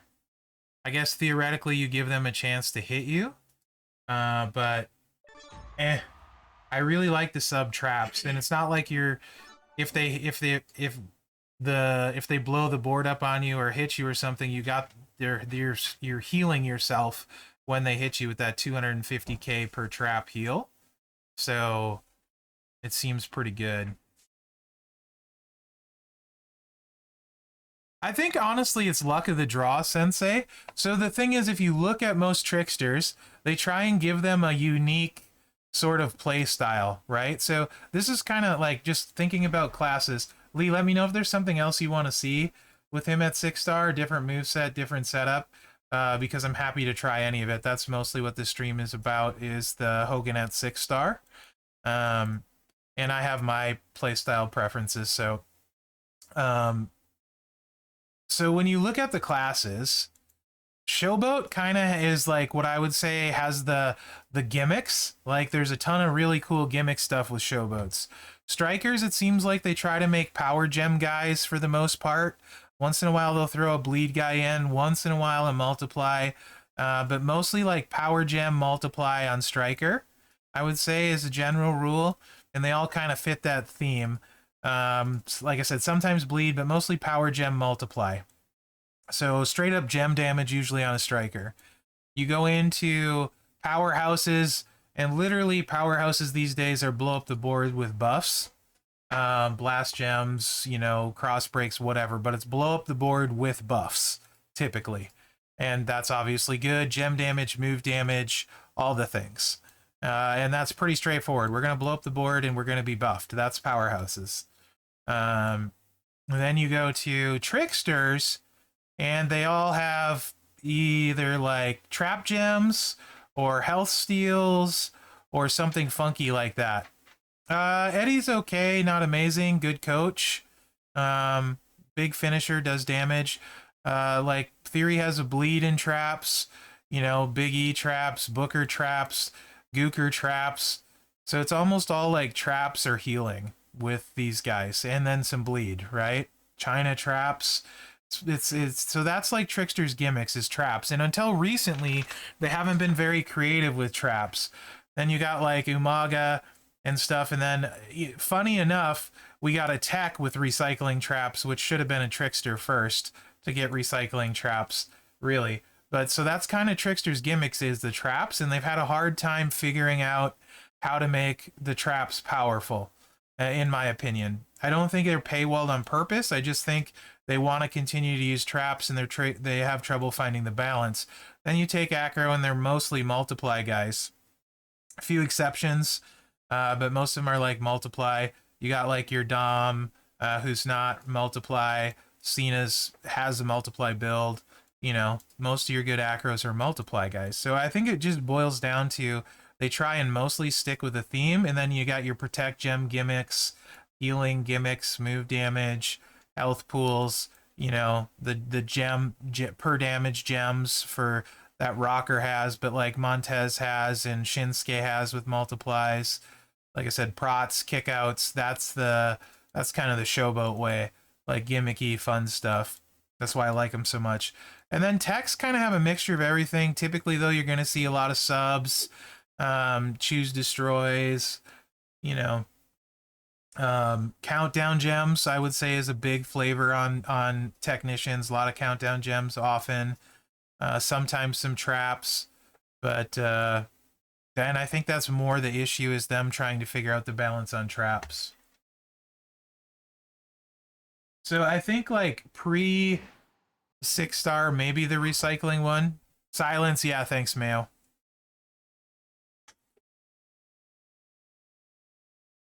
Zombie Triple, yeah, Bizzo, absolutely. Zombie Triple H is definitely viable. A drip plate helps him. Foley plate helps him. A taker plate helps him. he's not my flavor, but that doesn't mean anything like, you know, that he's not good. So much of what people say is good or the best is based on their playstyle preference. I like consistency because I cascade like a mofo, and I like stuff that's going to work in boss battle right now. But for feud, give me consistency over anything. I'll take a guy that I know I'm not going to cascade with, that I can consistently do the same thing, even if it takes a little longer. So that's why I'm big on Dom. Very little cascade risk, very consistent. I know what I'm going to do at Acrobat, for example. Zombie or Triple H, actually, I have really good luck not cascading. Big fan of him. Seth isn't a feud guy, he's a boss battle guy. Most of my guys are set up for boss battle. I don't care about feud now, I care about boss battle. Next Hall of Famer. Oh, right now I'm not in love with anyone. Maybe Snoop. No, I didn't do a video on Brett. I had the 6-star on my roster for the preview, and I didn't have time to do. I might do Dusty, yes. I didn't have time to do a 5-star preview because I got the card. I worked. I came home and streamed with the 6-star, and then I don't post 6-star videos. I keep them exclusive to the streams. So no Brett video. Brett is super straightforward. Any of the other content creators will do fine for you on that. Nothing, no great revelations with Brett. Finisher with gem defense, or that 6-star triple purple if you want to go that route. There isn't a good one, in my opinion. Tier guides are just a guide. They can give you an idea, but I don't personally like any of them. Use them as a resource, not a be-all end-all. Same thing with what I say. Don't take what I say as gospel. You should fact check everything, look into it yourself. People talk out of their butts in this game all the time, and they don't know what they're talking about. Plus, just because something is best with the best stuff doesn't mean you have the best stuff. No skill plate guides really. Skill plates, some things are hard and fast. You need them to run well. Like Dom, if he doesn't have this plate, is pretty much poop. With this plate, he's amazing, but you don't have this plate, he's pretty garbo. Some things, most characters, plate doesn't make or break, but it can make a big damage difference. Not really any guides though for skill plates. A lot of it's kind of common sense, what flows well. I try and give options in my preview videos that might help to reference, but no, there's no like plate tier list. You play the game usually in contests or in the prize wall. If you're new, okay. If you're trolling me, that's lame. But on the outside chance that you're new, you do your talent up and your faction maxes the event. You get 2 of these each month for this prize wall here. Come on. Otherwise, in events, a lot of times there's plates in the milestones. Where are we at? Skill plate wall here. You get 2 of these tokens a month, 1 for maxing talent up, 1 for the faction event. This is one of the better plates in the game. It costs 10. Otherwise, there's a bunch of useful skill plates in here. Hey, Tiger King, how are you?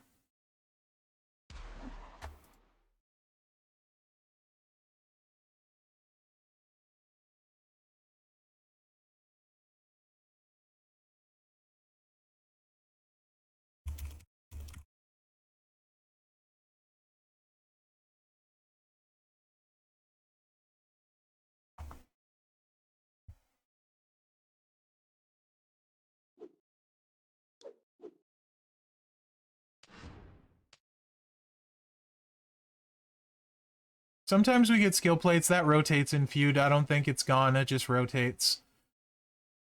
So the other thing, I don't know if it would make a... This is like red to purple.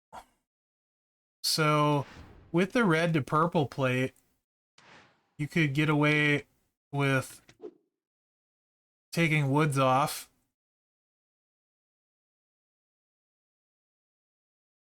And you could destroy 5 reds and fill it all. Again.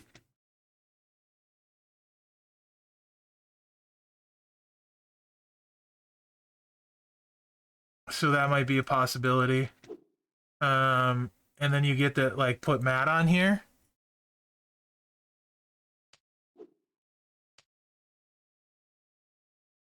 And that might make a big difference with the multis.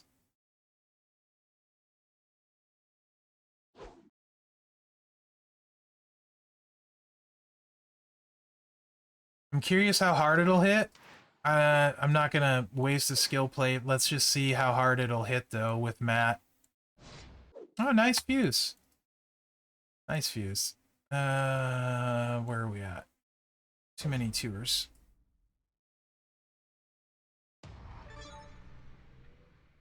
I lived in Minnesota, north central Minnesota for years and years, 27 years.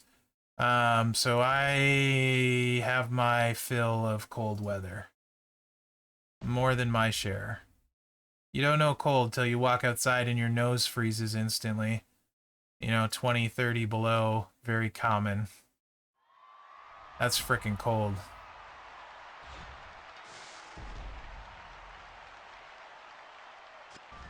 I'm just gonna load it all like I had that.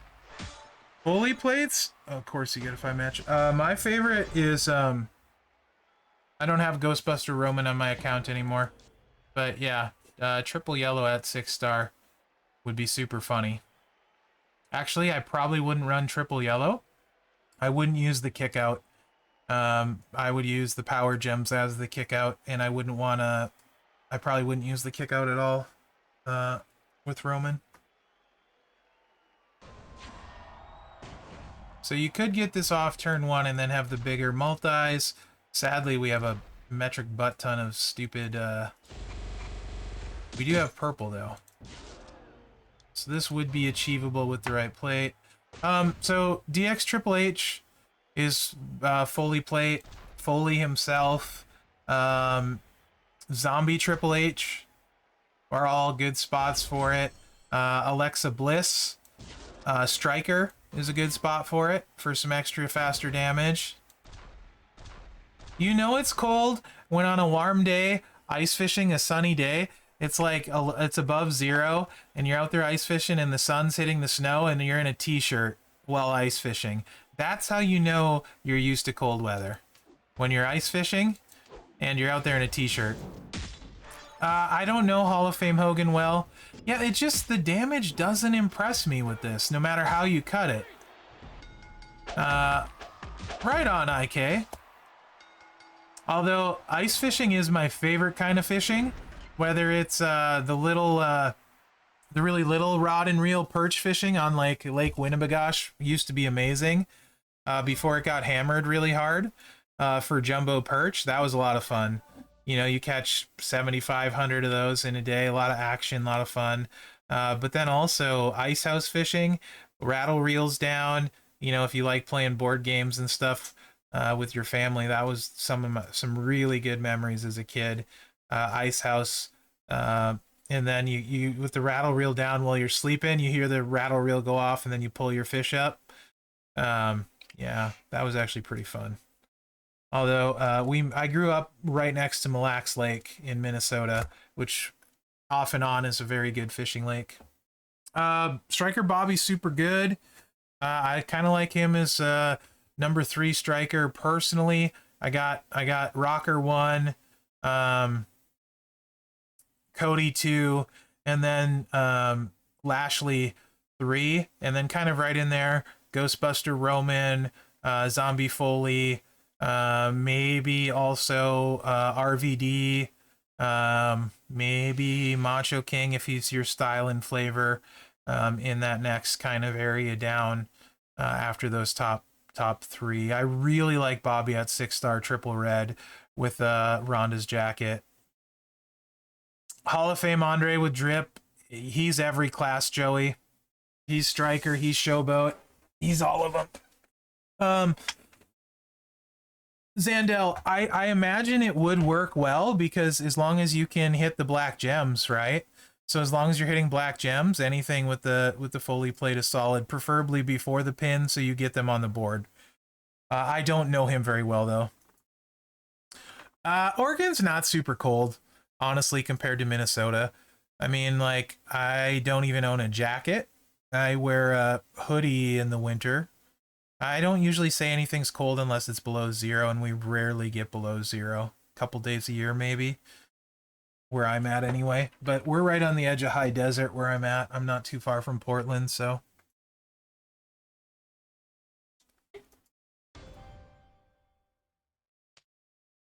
But since there is a few DX Triple H comments or questions, if you don't, depending what you have strap metal wise, let's say you just don't have any good black move damage metals, he has a really nice setup, and this would be very nice with a Bianca's Braid or All Heart skill plate. Either or, Bianca's Braid would be better, but this is quite nice right here.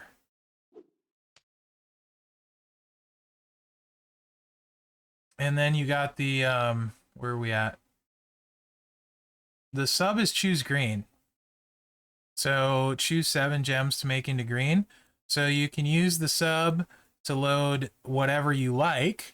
I prefer it with the finisher. And then after the sub, keep in mind I have takedown on. So if I run it, I'm not going to hit hard. But you got this jazz right here. So you throw Bianca's Braid on, that's 100% extra gem damage. Entourage, if you got somebody like Almost, he goes up to 100% on the X breaks, so those 20 gems are 100%. If you have Santa Hogan, you can go almost 17k Santa, or if it's the first feud and they don't have defensive perks, you got that. And then in this slot, you can go with Honky Tonk Man. Yes, Evo, but I think he makes more X breaks, and you can hit with the finisher. So I think you get a little bit more move damage out of that. So that hits really well too, because you can get, like I said, the Braid 100, 100 off of that, especially if you have his gear too. You get another 100% on those 20 gems, and heaven forbid you ever get both sets of gears. That 200% move damage on him would be redonkulous. So yeah. So there's a lot of ways you can run him. You can also run him Chic Plate with the bleed. Right here. And buff the finisher a little bit. So you can do that too. You can run a Chic Plate with the finisher and this move and swap them back and forth.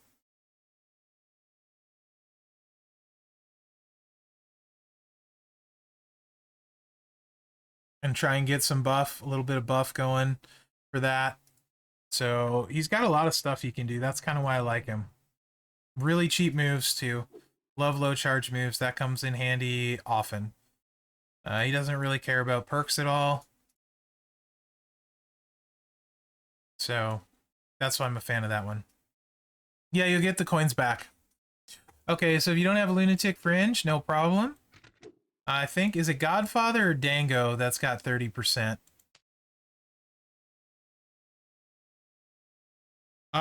So the drip plate on Alpha is actually super nasty.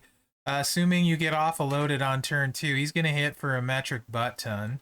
So 20% on Dango, 20% on Godfather. Either of those would work.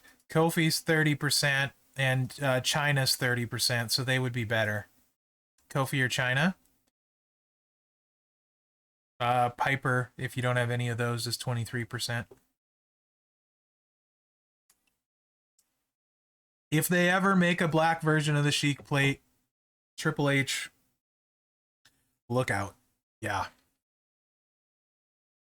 Mm-hmm.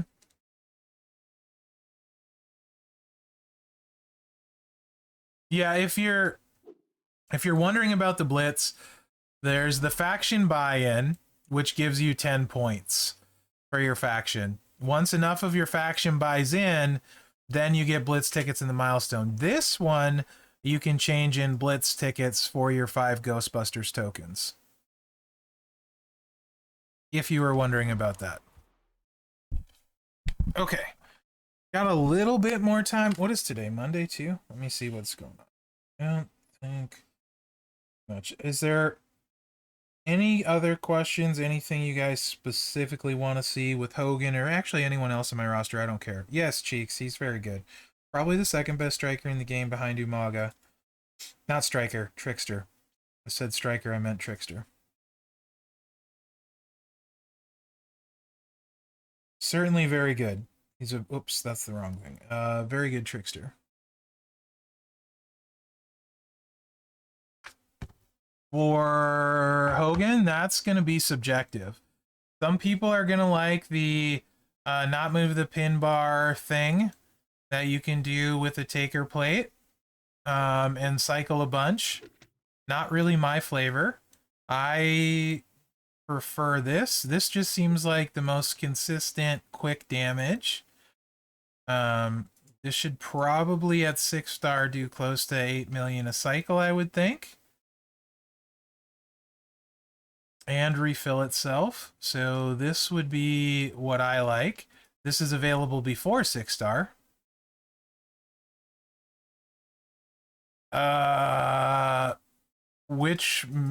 So if you're running the move damage set, Timmy, don't bother putting a plate on him. If you're talking about the prize wall ones, they'll just get in your way. You don't need any of them. If you're running the move damage black, black, green thing that I showed, don't use a skill plate. It'll just get in your way. You know? So I like him this way. You just want the moves filled, and then doesn't matter plate, metal, straps. He doesn't need any of it. Super straightforward. Throw these down. Here, I'll just play it again. I just can't get the damage I want to out of the multiply move set. I mean, nothing wrong with like 4 million, but I do like Trickster Steamboat since they fixed him at 6-star. Yes, I think he's probably, him or Hogan would be number 2 for me. Trickster. So 1 Umaga, Hogan, Steamboat, 2, 3. Pick an order. Probably Hogan. Maybe, I don't know. I would need to play them in feud and think about boss battle for them. You know, who can build their damage and that sort of thing. You could technically put all hard on for something like this, but I don't see it being great boss battle because it's just this set. I don't see it being useful there. Maybe the multiply stuff. That sort of thing. But I'm not sure specifically who I would give an edge to boss battle wise. I'd need to look at it more. And that would probably tip it for me. Because, I mean, feud is really straightforward. Once you have a couple good feuders, the rest really doesn't matter. I mean, you just make it work. You get your promoters and you run a fat lineup and then you score really fast. It's not difficult if you have those things. After that, it's really just a matter of small things like you start arguing semantics. Well, this guy does 15 million turn 1. Well, my guy does 17 million, so it's clearly way better when, you know, no one cares. It's all the same. So I kind of like talking about boss battle all the time. I need to do a video, absolutely, kind of like a starting boss battle video, what things you should do, some characters you could look for leveling, guys that are more common that would be strong in boss battle, because everything is different. So, like, I love Taker for boss battle.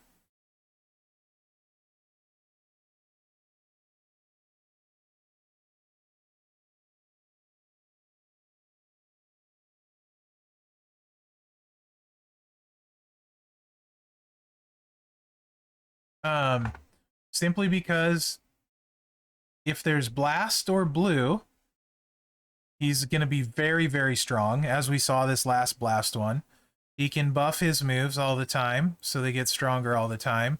And then with the Titan plate, he continues to buff his stuff. So even when his specific set isn't buffed, he does well.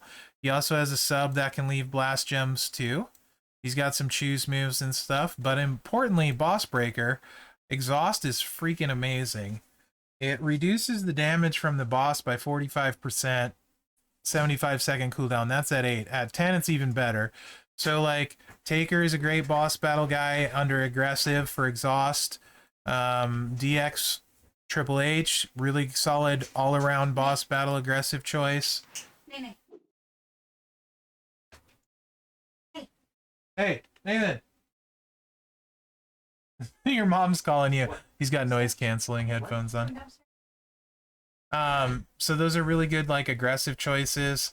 Lashley's okay. Animation's a little bit slow, but he's not bad.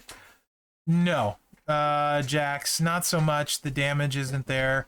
Like, it just takes too long. Ray is a good aggressive one as well, Junior. Yeah, absolutely, as far as aggressive goes. Then, so Exhaust is really great, in my opinion. Then you got stuff like healing. On Gable here, for example. This is clutch. Boss battle is a team effort. If you get your breakers leveled, you can beat a lot of stuff. Jax, he's okay. It's just it doesn't quite do it, especially at like 6-star and stuff. So I mean, like, he's just kind of okay. Now if he's your best guy or you like him, don't be disappointed by that. I don't have him concrete, man. He'd probably be okay. But the healing is absolutely clutch, especially as you get into 6-star and players have higher health pools. It's going to help you a lot, especially combined with exhaust. So typically my faction runs one healer, one exhaust, one damage dealer, and then we carry one person. That's typically how we do it. Dom's another great healer on the defensive side. Now trying to find some maybe more available. I wish we could sort by styles. So for example, Snoop is one a lot of people have. Solid healer.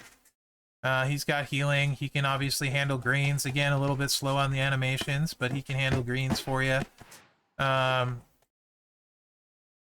Warrior, fantastic chaotic guy. If you don't have Seth or KO, this is who I would take up for chaotic boss battle.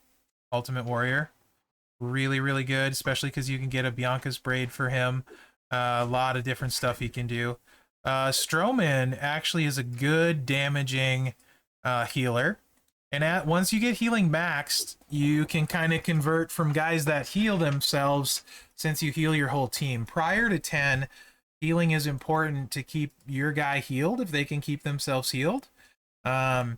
Because you're only targeting the most 3 damaged people, so you can keep your whole team alive still earlier. After that, you kind of want to transition into higher damaging guys. Alpha, the solid aggressive guy too, potentially, because if you set it up right, you can keep using the buff and growing the damage and never give it up. If you don't know what I mean by not giving up your buff, swiping counts as a turn. So if you can cycle perfectly and never swipe, you can keep buffing your gem damage over and over. And you can do that with Alpha if you set him up right. Who else we got? Let's see. So Alpha's a little more available. Honky Tonk Man could be interesting defensively. And the reason why I would consider him is because he has stuff. If there's ever an immobile boss buff, he's going to cover that. He covers black gems, and so that's helpful there. So he can do a couple things besides healing and damaging. Walter, really good healing guy for boss battle. They're different classes, and they all do different things differently, Nico. Seth is more consistent than KO. KO has more top-end damage. Boss battle is usually set up specifically to slow KO down, so you have to work around it. I think KO takes more work to be good and can get hurt with a bad board. As I've said earlier, I value consistency more than almost anything. Yes and no, Junior. Cracking the shield, I used last one, very clutch on Taker, but most of the time exhaust is going to be better, I think. We'll see how that works out. So there's that. No, I can't. Otis, another solid chaotic boss battle guy. He can cover, obviously, blast gems. He makes a lot of blast gems. He can turn blast gems into red. There's probably never going to be a red buff in boss battle while KO's around unless they do bans. Then you could do it if they just ban KO. We could get more interesting boss battles instead of things, set up to specifically nerf him, ban him once in a while, then we could use red guys. So probably never going to be red, but he also can choose purple on those blasts, so that's good as a way out. So Otis is solid. Hurricane could be a solid healer. That's a free one. Riddle certainly could be great in boss battle. If there's blue or color turn or purple, he can do a lot of different stuff. He's got some trap gems. If trap gems get buffed, that do damage. So solid chaotic choice that a lot of people have too. Because you want to focus on one guy and level your breakers so they're useful, to be honest. Most of the time, having a specific guy is a trap where you don't have him leveled, you don't have him on your roster, but if you level your breaker, it's always there. So you want to find a guy in each class, or style rather, to choose. Like I said, Walters are kind of a sleeper, really good healer. Jimmy, I've said this a few times, I think is a good sleeper at tech if you're missing some of those other ones. Dom would be a great healer to choose because you need to take him 6-star eventually anyway for his coach. He's got countdown gems, he's got green, he's got multiply that he can cover. So that's a few things on top of it.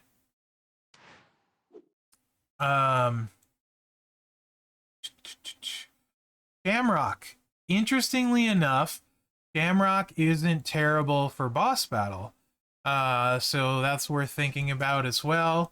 I'm talking tech Shamrock. He's got botches, he's got greens. That's a couple things he can do.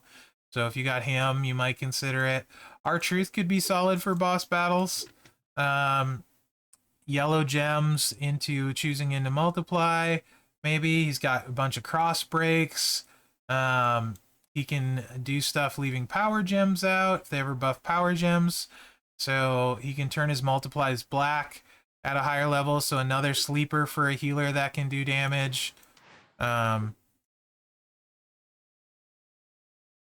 Yes, for sure, Nems. So there's just a lot of really useful guys for boss battle that might not be otherwise. Let me go to tech here. Because Jimmy is a really good sleeper, in my opinion, for boss battle. Because he's got multiple different things he can cover. Because you never know what's going to be used. So after Taker, I'm likely going to build Jimmy up. Like I said, Shamrock is actually solid for boss battle. Can't believe I'm saying that, but where are you, Jimmy? I'm blind. Where's Jimmy at? There you are. So if you have a Sheik plate, you literally can just spam the finisher over and over. Green gem damage there. If there's ever a silence, he can cover silence. So green move damage, green gem damage, silence gem damage. You can run a Uso cap skill plate, cycle these back and forth. So he's got that covered. He also can do multiply gems, 5 random black, and then choose 4 to make into black on the purples, make 5 random purple, and then his 6-star move is another black that's choose 5 to make into purple, so he can go back and forth them. He also, if there's ever an X-Break boss battle, can cover that. So multiple different ways Jimmy can win, so kind of really good for boss battle as far as a breaker to level, because it takes so many coins to level a breaker. So the more things they can cover, the more likely they are to be useful.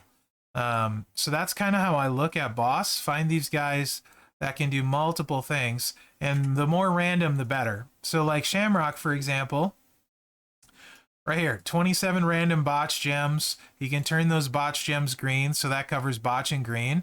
Random gems into black submission gems, so that's great. You can put a subplate on him. You should watch Benny's video on him with the Taker plate at 6-star. Much better than I thought he would be. And he's got the stun. Not Taker plate. Yeah, Taker plate. So he's blowing up the board because you're always making black gems. Easy to refill the sub. And then he's got a choose black move too you could use. So Shamrock can cover black, green, botch, a bunch of different stuff. So he would be solid as well. He's aggressive, so another good breaker. My tech list right now is really simple. Number 1, DX Triple H. Number 2, Zombie Dom. After that, I really want to take Jimmy up because of how much he is, but I also wouldn't scoff at Shamrock. Jimmy also, I feel like, could make good use of the drip plate later on because he gets triple. He could run triple black if you wanted to, and do a bunch of stuff with that. I wouldn't run triple black probably. I would likely do this one and this one, and not the green one because it goes to 3x3. So Jimmy is probably going to be my play around boss battle guy. Brett could potentially be okay at boss battle as well because he doesn't really do much with botches, but the triple purple at 6-star, if there's purple or multiplies, he can go back and forth between those, so that's useful. And then use an all heart for purple gem damage off of the sub, so that makes a lot of sense on him as being a decent choice. Sheik, if I had his gears, I would certainly take up. I think somebody asked my next Hall of Famer earlier. I'm not sure. I like Sheik. I like Yoko. I just wish I had their gears. I like Snoop. I don't love Snoop. He's already gold. If I had a second gear, I probably would take Snoop, but I don't. I don't love a lot of Hall of Famers, and Taker's really fun, so Bulldog's another guy, aggressive guy that could be solid for boss battle. Yellows, also reinforced gems. He's got a bleed, maybe not amazing, but there's that. Zombie Sean I don't have. He would be great. Zombie Sean's good in general at tech. Great tech. So yeah, it's just really the route you want to go. Pick a guy, level up their breaker. Exhaust is amazing. Healing is amazing. You're not going to regret those. So, like, I think what I'm going to do... So, Gable's done now, right, at healing. So, now I want to take another defensive and pick a different boss breaker and level it. So, likely that'll be Dom, because I have healing on Gable. And Dom's going to go 6-star for me. So, I will likely... And I have healing already at 7 on Dom. Likely I will do something maybe like tuning up the band just to see how that works, because this could be quite big later on in boss battles when move damage is souped up. So maybe I'll try that on Dom. Once Taker's exhaust is done, I'll choose an aggressive to work on. I was going to use King Woods all the time for my neutralize guy because he can do damage, heal himself, and take a shield down just for fun with the ray plate. But now neutralize I don't think will ever work on the shield again, so not quite as good there anymore. But he does have other things in the sense that he can do the reinforce thing if I need to. So there's that. And he's fun in feud. Sammy'd be a great healer for sure. So there's just a lot of different routes you can go. Sika's a good exhaust guy, especially if you have a Titan plate. Really good exhaust guy. He's usually pretty solid. So Sika would be a great one that a lot of people have. But I could talk boss battle forever. Cena could potentially be decent at boss. If there's ever a countdown one, he will be nutty. He also can do multiply with his pyros and recycle itself, so another decent aggressive guy for sure. And as you've seen, you can turn a bunch of the board blue, so he'd be great for blue or color turn if we ever get those boosts. So yeah, I just kind of want to diversify so I can cover most bosses and then have a good breaker. That's kind of how I look at it with boss battle. And I am pretty much over on time, so unless there's any other pressing questions, I will call that a stream and probably go find some dinner.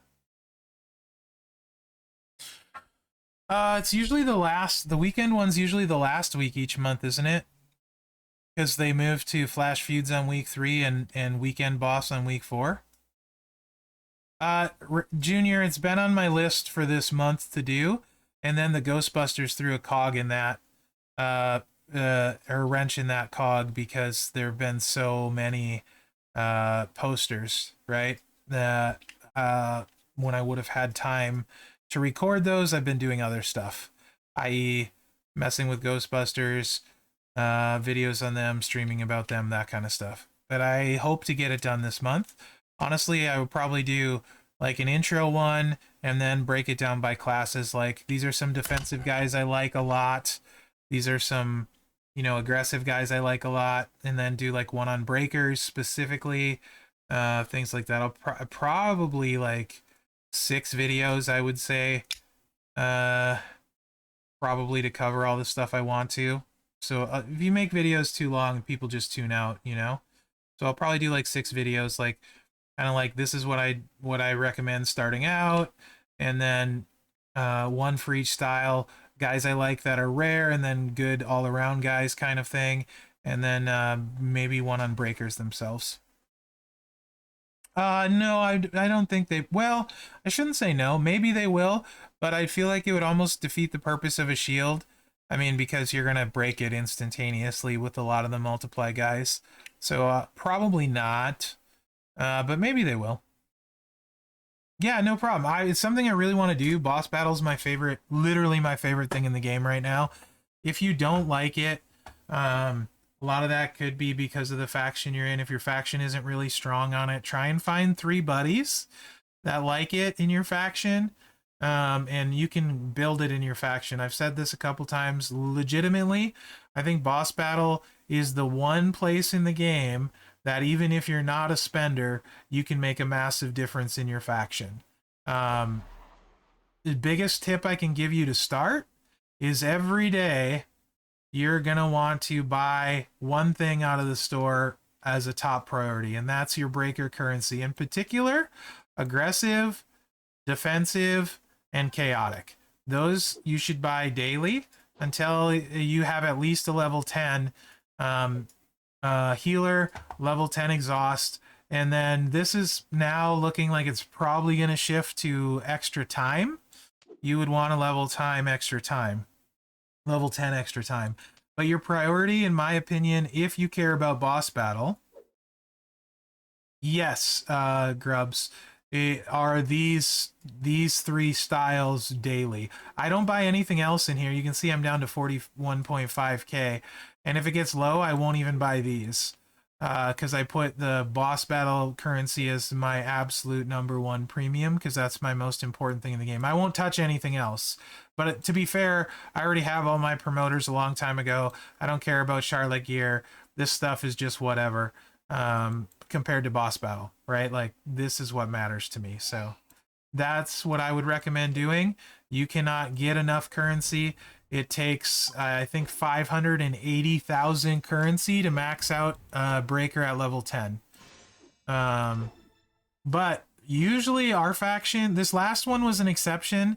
I posted the stream on YouTube if you want to see clearing the level 20 boss with Taker a bunch of times. We were able to do that turn 1 pretty much all the time. Normally, that's not how our faction does it. We do it with breakers. So we have a level 10 healer, a level 8 or higher exhaust, preferably, sometimes level 7. And then we have someone for damage that you can grow the damage with. And then you slowly kill the boss, 5 turns, 6 turns. The big boy factions, like Woken, Booty, they have a lot of 6 stars. So like this last one, they had a lot of anvils, and one anvil I think could solo it for them. I might be wrong on that. They can correct me if I'm wrong, but I think an anvil could solo it for them. We didn't have a single anvil that was leveled up, so we couldn't do that. So we used like Hall of Fame Taker and stuff. A lot of times we use KO as a damage guy, or Seth.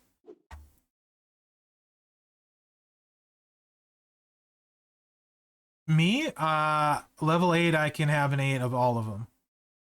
Oh, thanks, Ghost. So I could have an 8 in all of them. Healing is the easiest one to get. That's maxed. Exhaust is really close. Otis was amazing.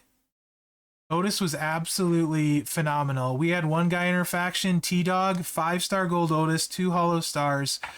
He hit for 320 million turn 1, but he needed a perfect board to do the 320 mil turn 1. But he could do 320 mil himself. with a 5-star gold Otis with a perfect board. Taker was just super consistent for me. I did 90 million first hit, and I want to say it was 160 million second hit. So I was good for maybe it was 170. I don't know. I was good for 250 million plus Taker turn 1 every time. So consistency is awesome in boss battle. Usually I run Seth this way, right here now. I buff the red gems with the buff, and I use the sub to chuck red gems. You can see everything is random, so it's no choosing. So Seth is freaking fast. Whenever this is full, you hit it with a Titan plate. You don't try to fill it. You don't care. You never swipe with Seth ever because you don't want to give up this gem damage stack. So I literally run this and spam this over and over. And then when you get to where your damage is high enough, so let's say there's a shield or a heal and the boss heals on turn 4, you build the whole time, and then after the boss heals on turn 4, on turn 5 you just spam this with your massively boosted red gem damage, and you kill him on turn 5 in 1 turn by spamming the sub. The whole time you're building the gem damage though, right? So, and I run that with a Titan plate on him for boss battle. That's typically what I do. You can see I don't need this anymore. This was on there when he was at gold. I didn't run him this last boss battle because I was using Taker. But at gold, he needed to be maxed and have 20% vitality to survive. So that's the other thing with boss battle. You can't do damage if you're dead. So a lot of times you're better off having, you basically on the high level ones, you need to go in there with a max 5-star gold and at least 1 set of vitality, if not 2. Otherwise you just will die too quickly from the damage, as far as how our faction typically has to do it. Which is with the breakers, right? So breakers add a ton of like skill and options to it in the sense that you have to survive through it, set up, grow your damage, and then hit, as opposed to just like brute forcing it on turn 1. We typically can't do that. There's only a couple of factions really that can typically do that on a regular. TNM can do it most of the time too. So there's like 3, I think. Like if there's a 4th one, my apologies. For not counting you in there. So yeah, otherwise it's all about breakers, and you can do it without, like I said, we didn't use a single anvil, and everyone in the faction maxed, so we maxed boss battle last one. Usually we finish anywhere, I think from I want to say 4 to 8th in boss battle, and it's without any like superpower, we're gonna carry you with 1 card kind of thing.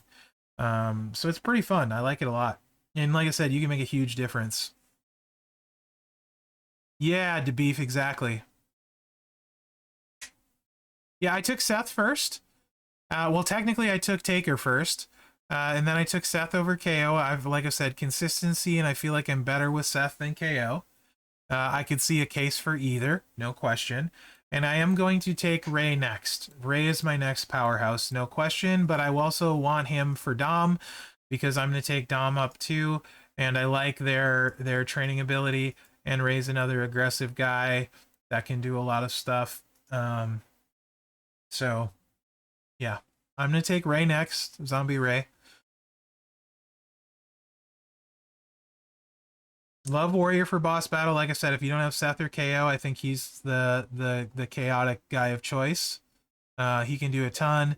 Cross breaks, sub with multiplies. He can do purple. He can grow his damage over and over. Damage per X break. You could fill a whole board up with X breaks and then just keep hitting this and blowing up the board and stuff. There's just a lot Warrior can do, especially with like a Bianca's Braid. He would be outstanding in boss battle, along with all the other stuff he can do. He's literally the Swiss Army knife of champions. If there's a card that can do more than Warrior, I don't know what it is. Yeah, it's great on Seth DeBeef. Every time you get it, it's an extra 200% to all gems and those reds. So like a lot of times by turn 5, you can have it where every sub is hitting like 50, 60 million, and you can get like 5 off in a turn, maybe more. Might even be hitting like 90 million by turn 5. You know, you get like 14 stacks whatever of this and a bunch of that. It's crazy. Yes, that is the downside to Warrior, but if you don't have Seth or KO, he's a really good option. Nice, Junior. Ray's fine. You're not gonna go wrong with Ray's and an outstanding coach. He's solid. So no issues with anyone taking Ray, right? I mean, like, he's really good. This last one, Cena, was actually super good too, because he had the sub that can chuck all of the blasts. So Cena was actually really good this last one with the sub.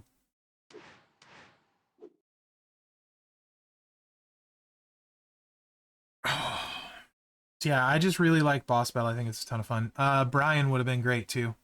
Yeah, Ray is really solid, like really consistent. He's a guy that, you know, you're probably going to hit 5-6 million every single time in feud, so you're going to win on the second cycle, which is pretty much everybody for the most part now. That, like, everybody that's good, very few people win on turn 1 consistently, right? So Zombie Ray, plus the coach, Zombie Ray is great. I think he's a good choice for a lot of people. Very consistent damage output. Also, interesting with Ray is his finisher is really beefy. So I think you could run double blue with the finisher and an NWO plate and do a lot in boss battle too, because you'd keep growing the finisher. So I think that would be really good for him. Oh, just there's a lot of different stuff you can do with plates and things. You could also use Titan plate with that too, because you'd continue blowing up the board with the sub. Subs resolve really fast. So you could use Titan plate, you could use NWO plate. There's a lot of different ways you could go. Yeah, McKeel. That's what keeps me, honestly, it's what keeps me into the game, to be honest. For sure. So healer steal, so neutralize, assuming it goes away, still removes boss buffs. This is useful all the time. At level 10, it goes up to 15 seconds on a 45-second cooldown. You get a couple level 10s, and you're basically getting a free turn every turn, essentially. So I think, like, if you got a bunch of its times maxed out, that would be ridiculous, right? But you would need multiple people with it. Healer Steal is great on any healing boss. This is good all the time. So, situational. I did not NEMS. I passed on it. I really wanted to. But my personal stance is until the issues with feud are fixed, I'm not going to spend. That's just where I'm at. That's how I feel about it. Once they're fixed, I will reconsider my stance. But the issues with feud bother me a lot. I've talked about it at length, so I don't care to rehash it. I was mad for about 2 months straight at the game and the situation with that, and I yelled and screamed and fought and kicked, and it's just what it is. I don't know that it is fixable. So that's right now anyway. So that's just where I'm at. I'll just pass on and get what I get and be happy with it. So, which is fine. I'll eventually get a drip plate. I want one really bad because it's a lot of fun to play with, and there's literally no limit to how many guys you could use it on. And I like messing with things. So, you know, I'll get one eventually. It's fine. But I did not. It was really close, though. Really close. Nice to beef. Ray just has a lot of different ways you can play him, which I like about him too, so. And yeah, I will try and get boss battle videos done this week, assuming we don't get a surprise and get like 3 more Ghostbusters. I don't know what my week is going to look like. Also in there, I had job interviews and stuff.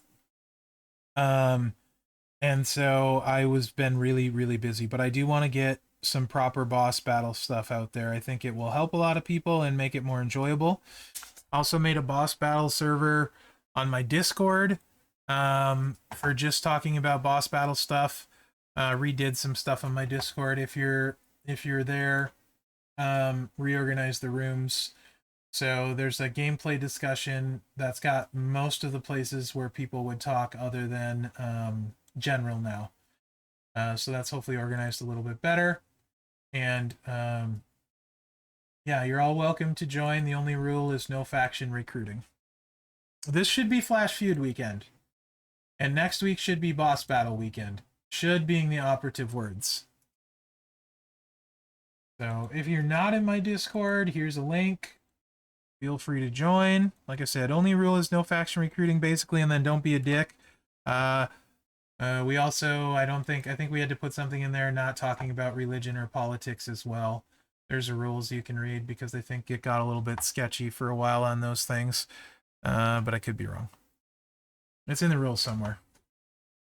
You'd think I know my own rules, but...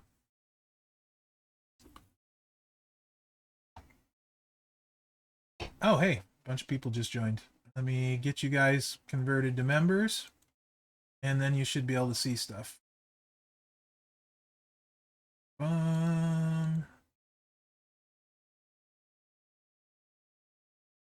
There you go. And if you didn't know, I stream Champions the other 4 days of the week on my own Twitch channel. So 3 to 5, same time as this, Monday through Friday. Yeah, hopefully, Derek. I mean, it's unfortunate.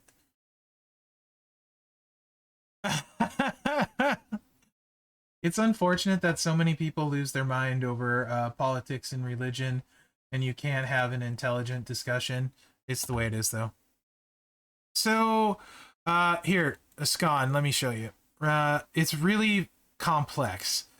They like hiding these things. If you go into the solo contest and hit competitions, there's the faction competition.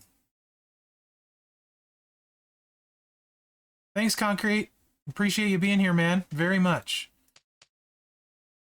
So there's the faction one. You have to. It's hidden within the sub menu of the solo one.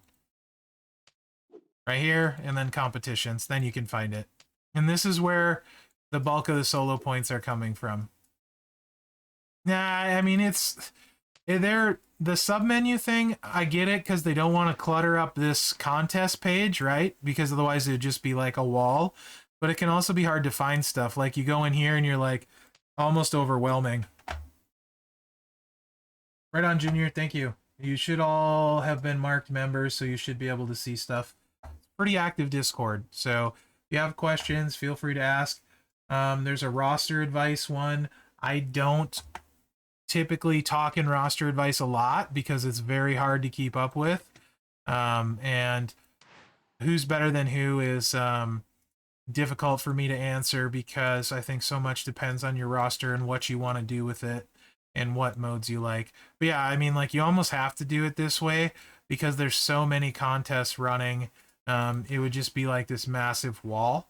So I don't know a better way of doing it, but for sure sometimes they're buried. Yes, I do that sometimes. Iron Sheik's another content creator. Good dude. Not an official content creator, but he streams on Twitch. Great dude. Pretty well known in the community, actually. And he was talking about that Sheik, not the other, the wrestling Iron Sheik, but Iron Sheik 84, the real Sheik to me. So yeah, I'll see you guys tomorrow. Feel free to join Twitch tomorrow. The Tuesday, Wednesday, Thursday, and Friday streams I usually post on YouTube a day or two late. But those streams are up on YouTube too if you want to check those out. So take care, guys. Have a good night. I don't think anyone is streaming Champions. So no one we're going to raid tonight because no one's streaming Champs. So thanks a bunch, guys. I really appreciate you coming out, and hopefully you enjoyed it. Thanks, Al. I appreciate that. I have my moments where I'm certainly not, but I try not to suck most of the time. Scotty, you have a good night too. I really appreciate you, Scott. And another pretty dang OG. Scott's been there since almost the very beginning, so.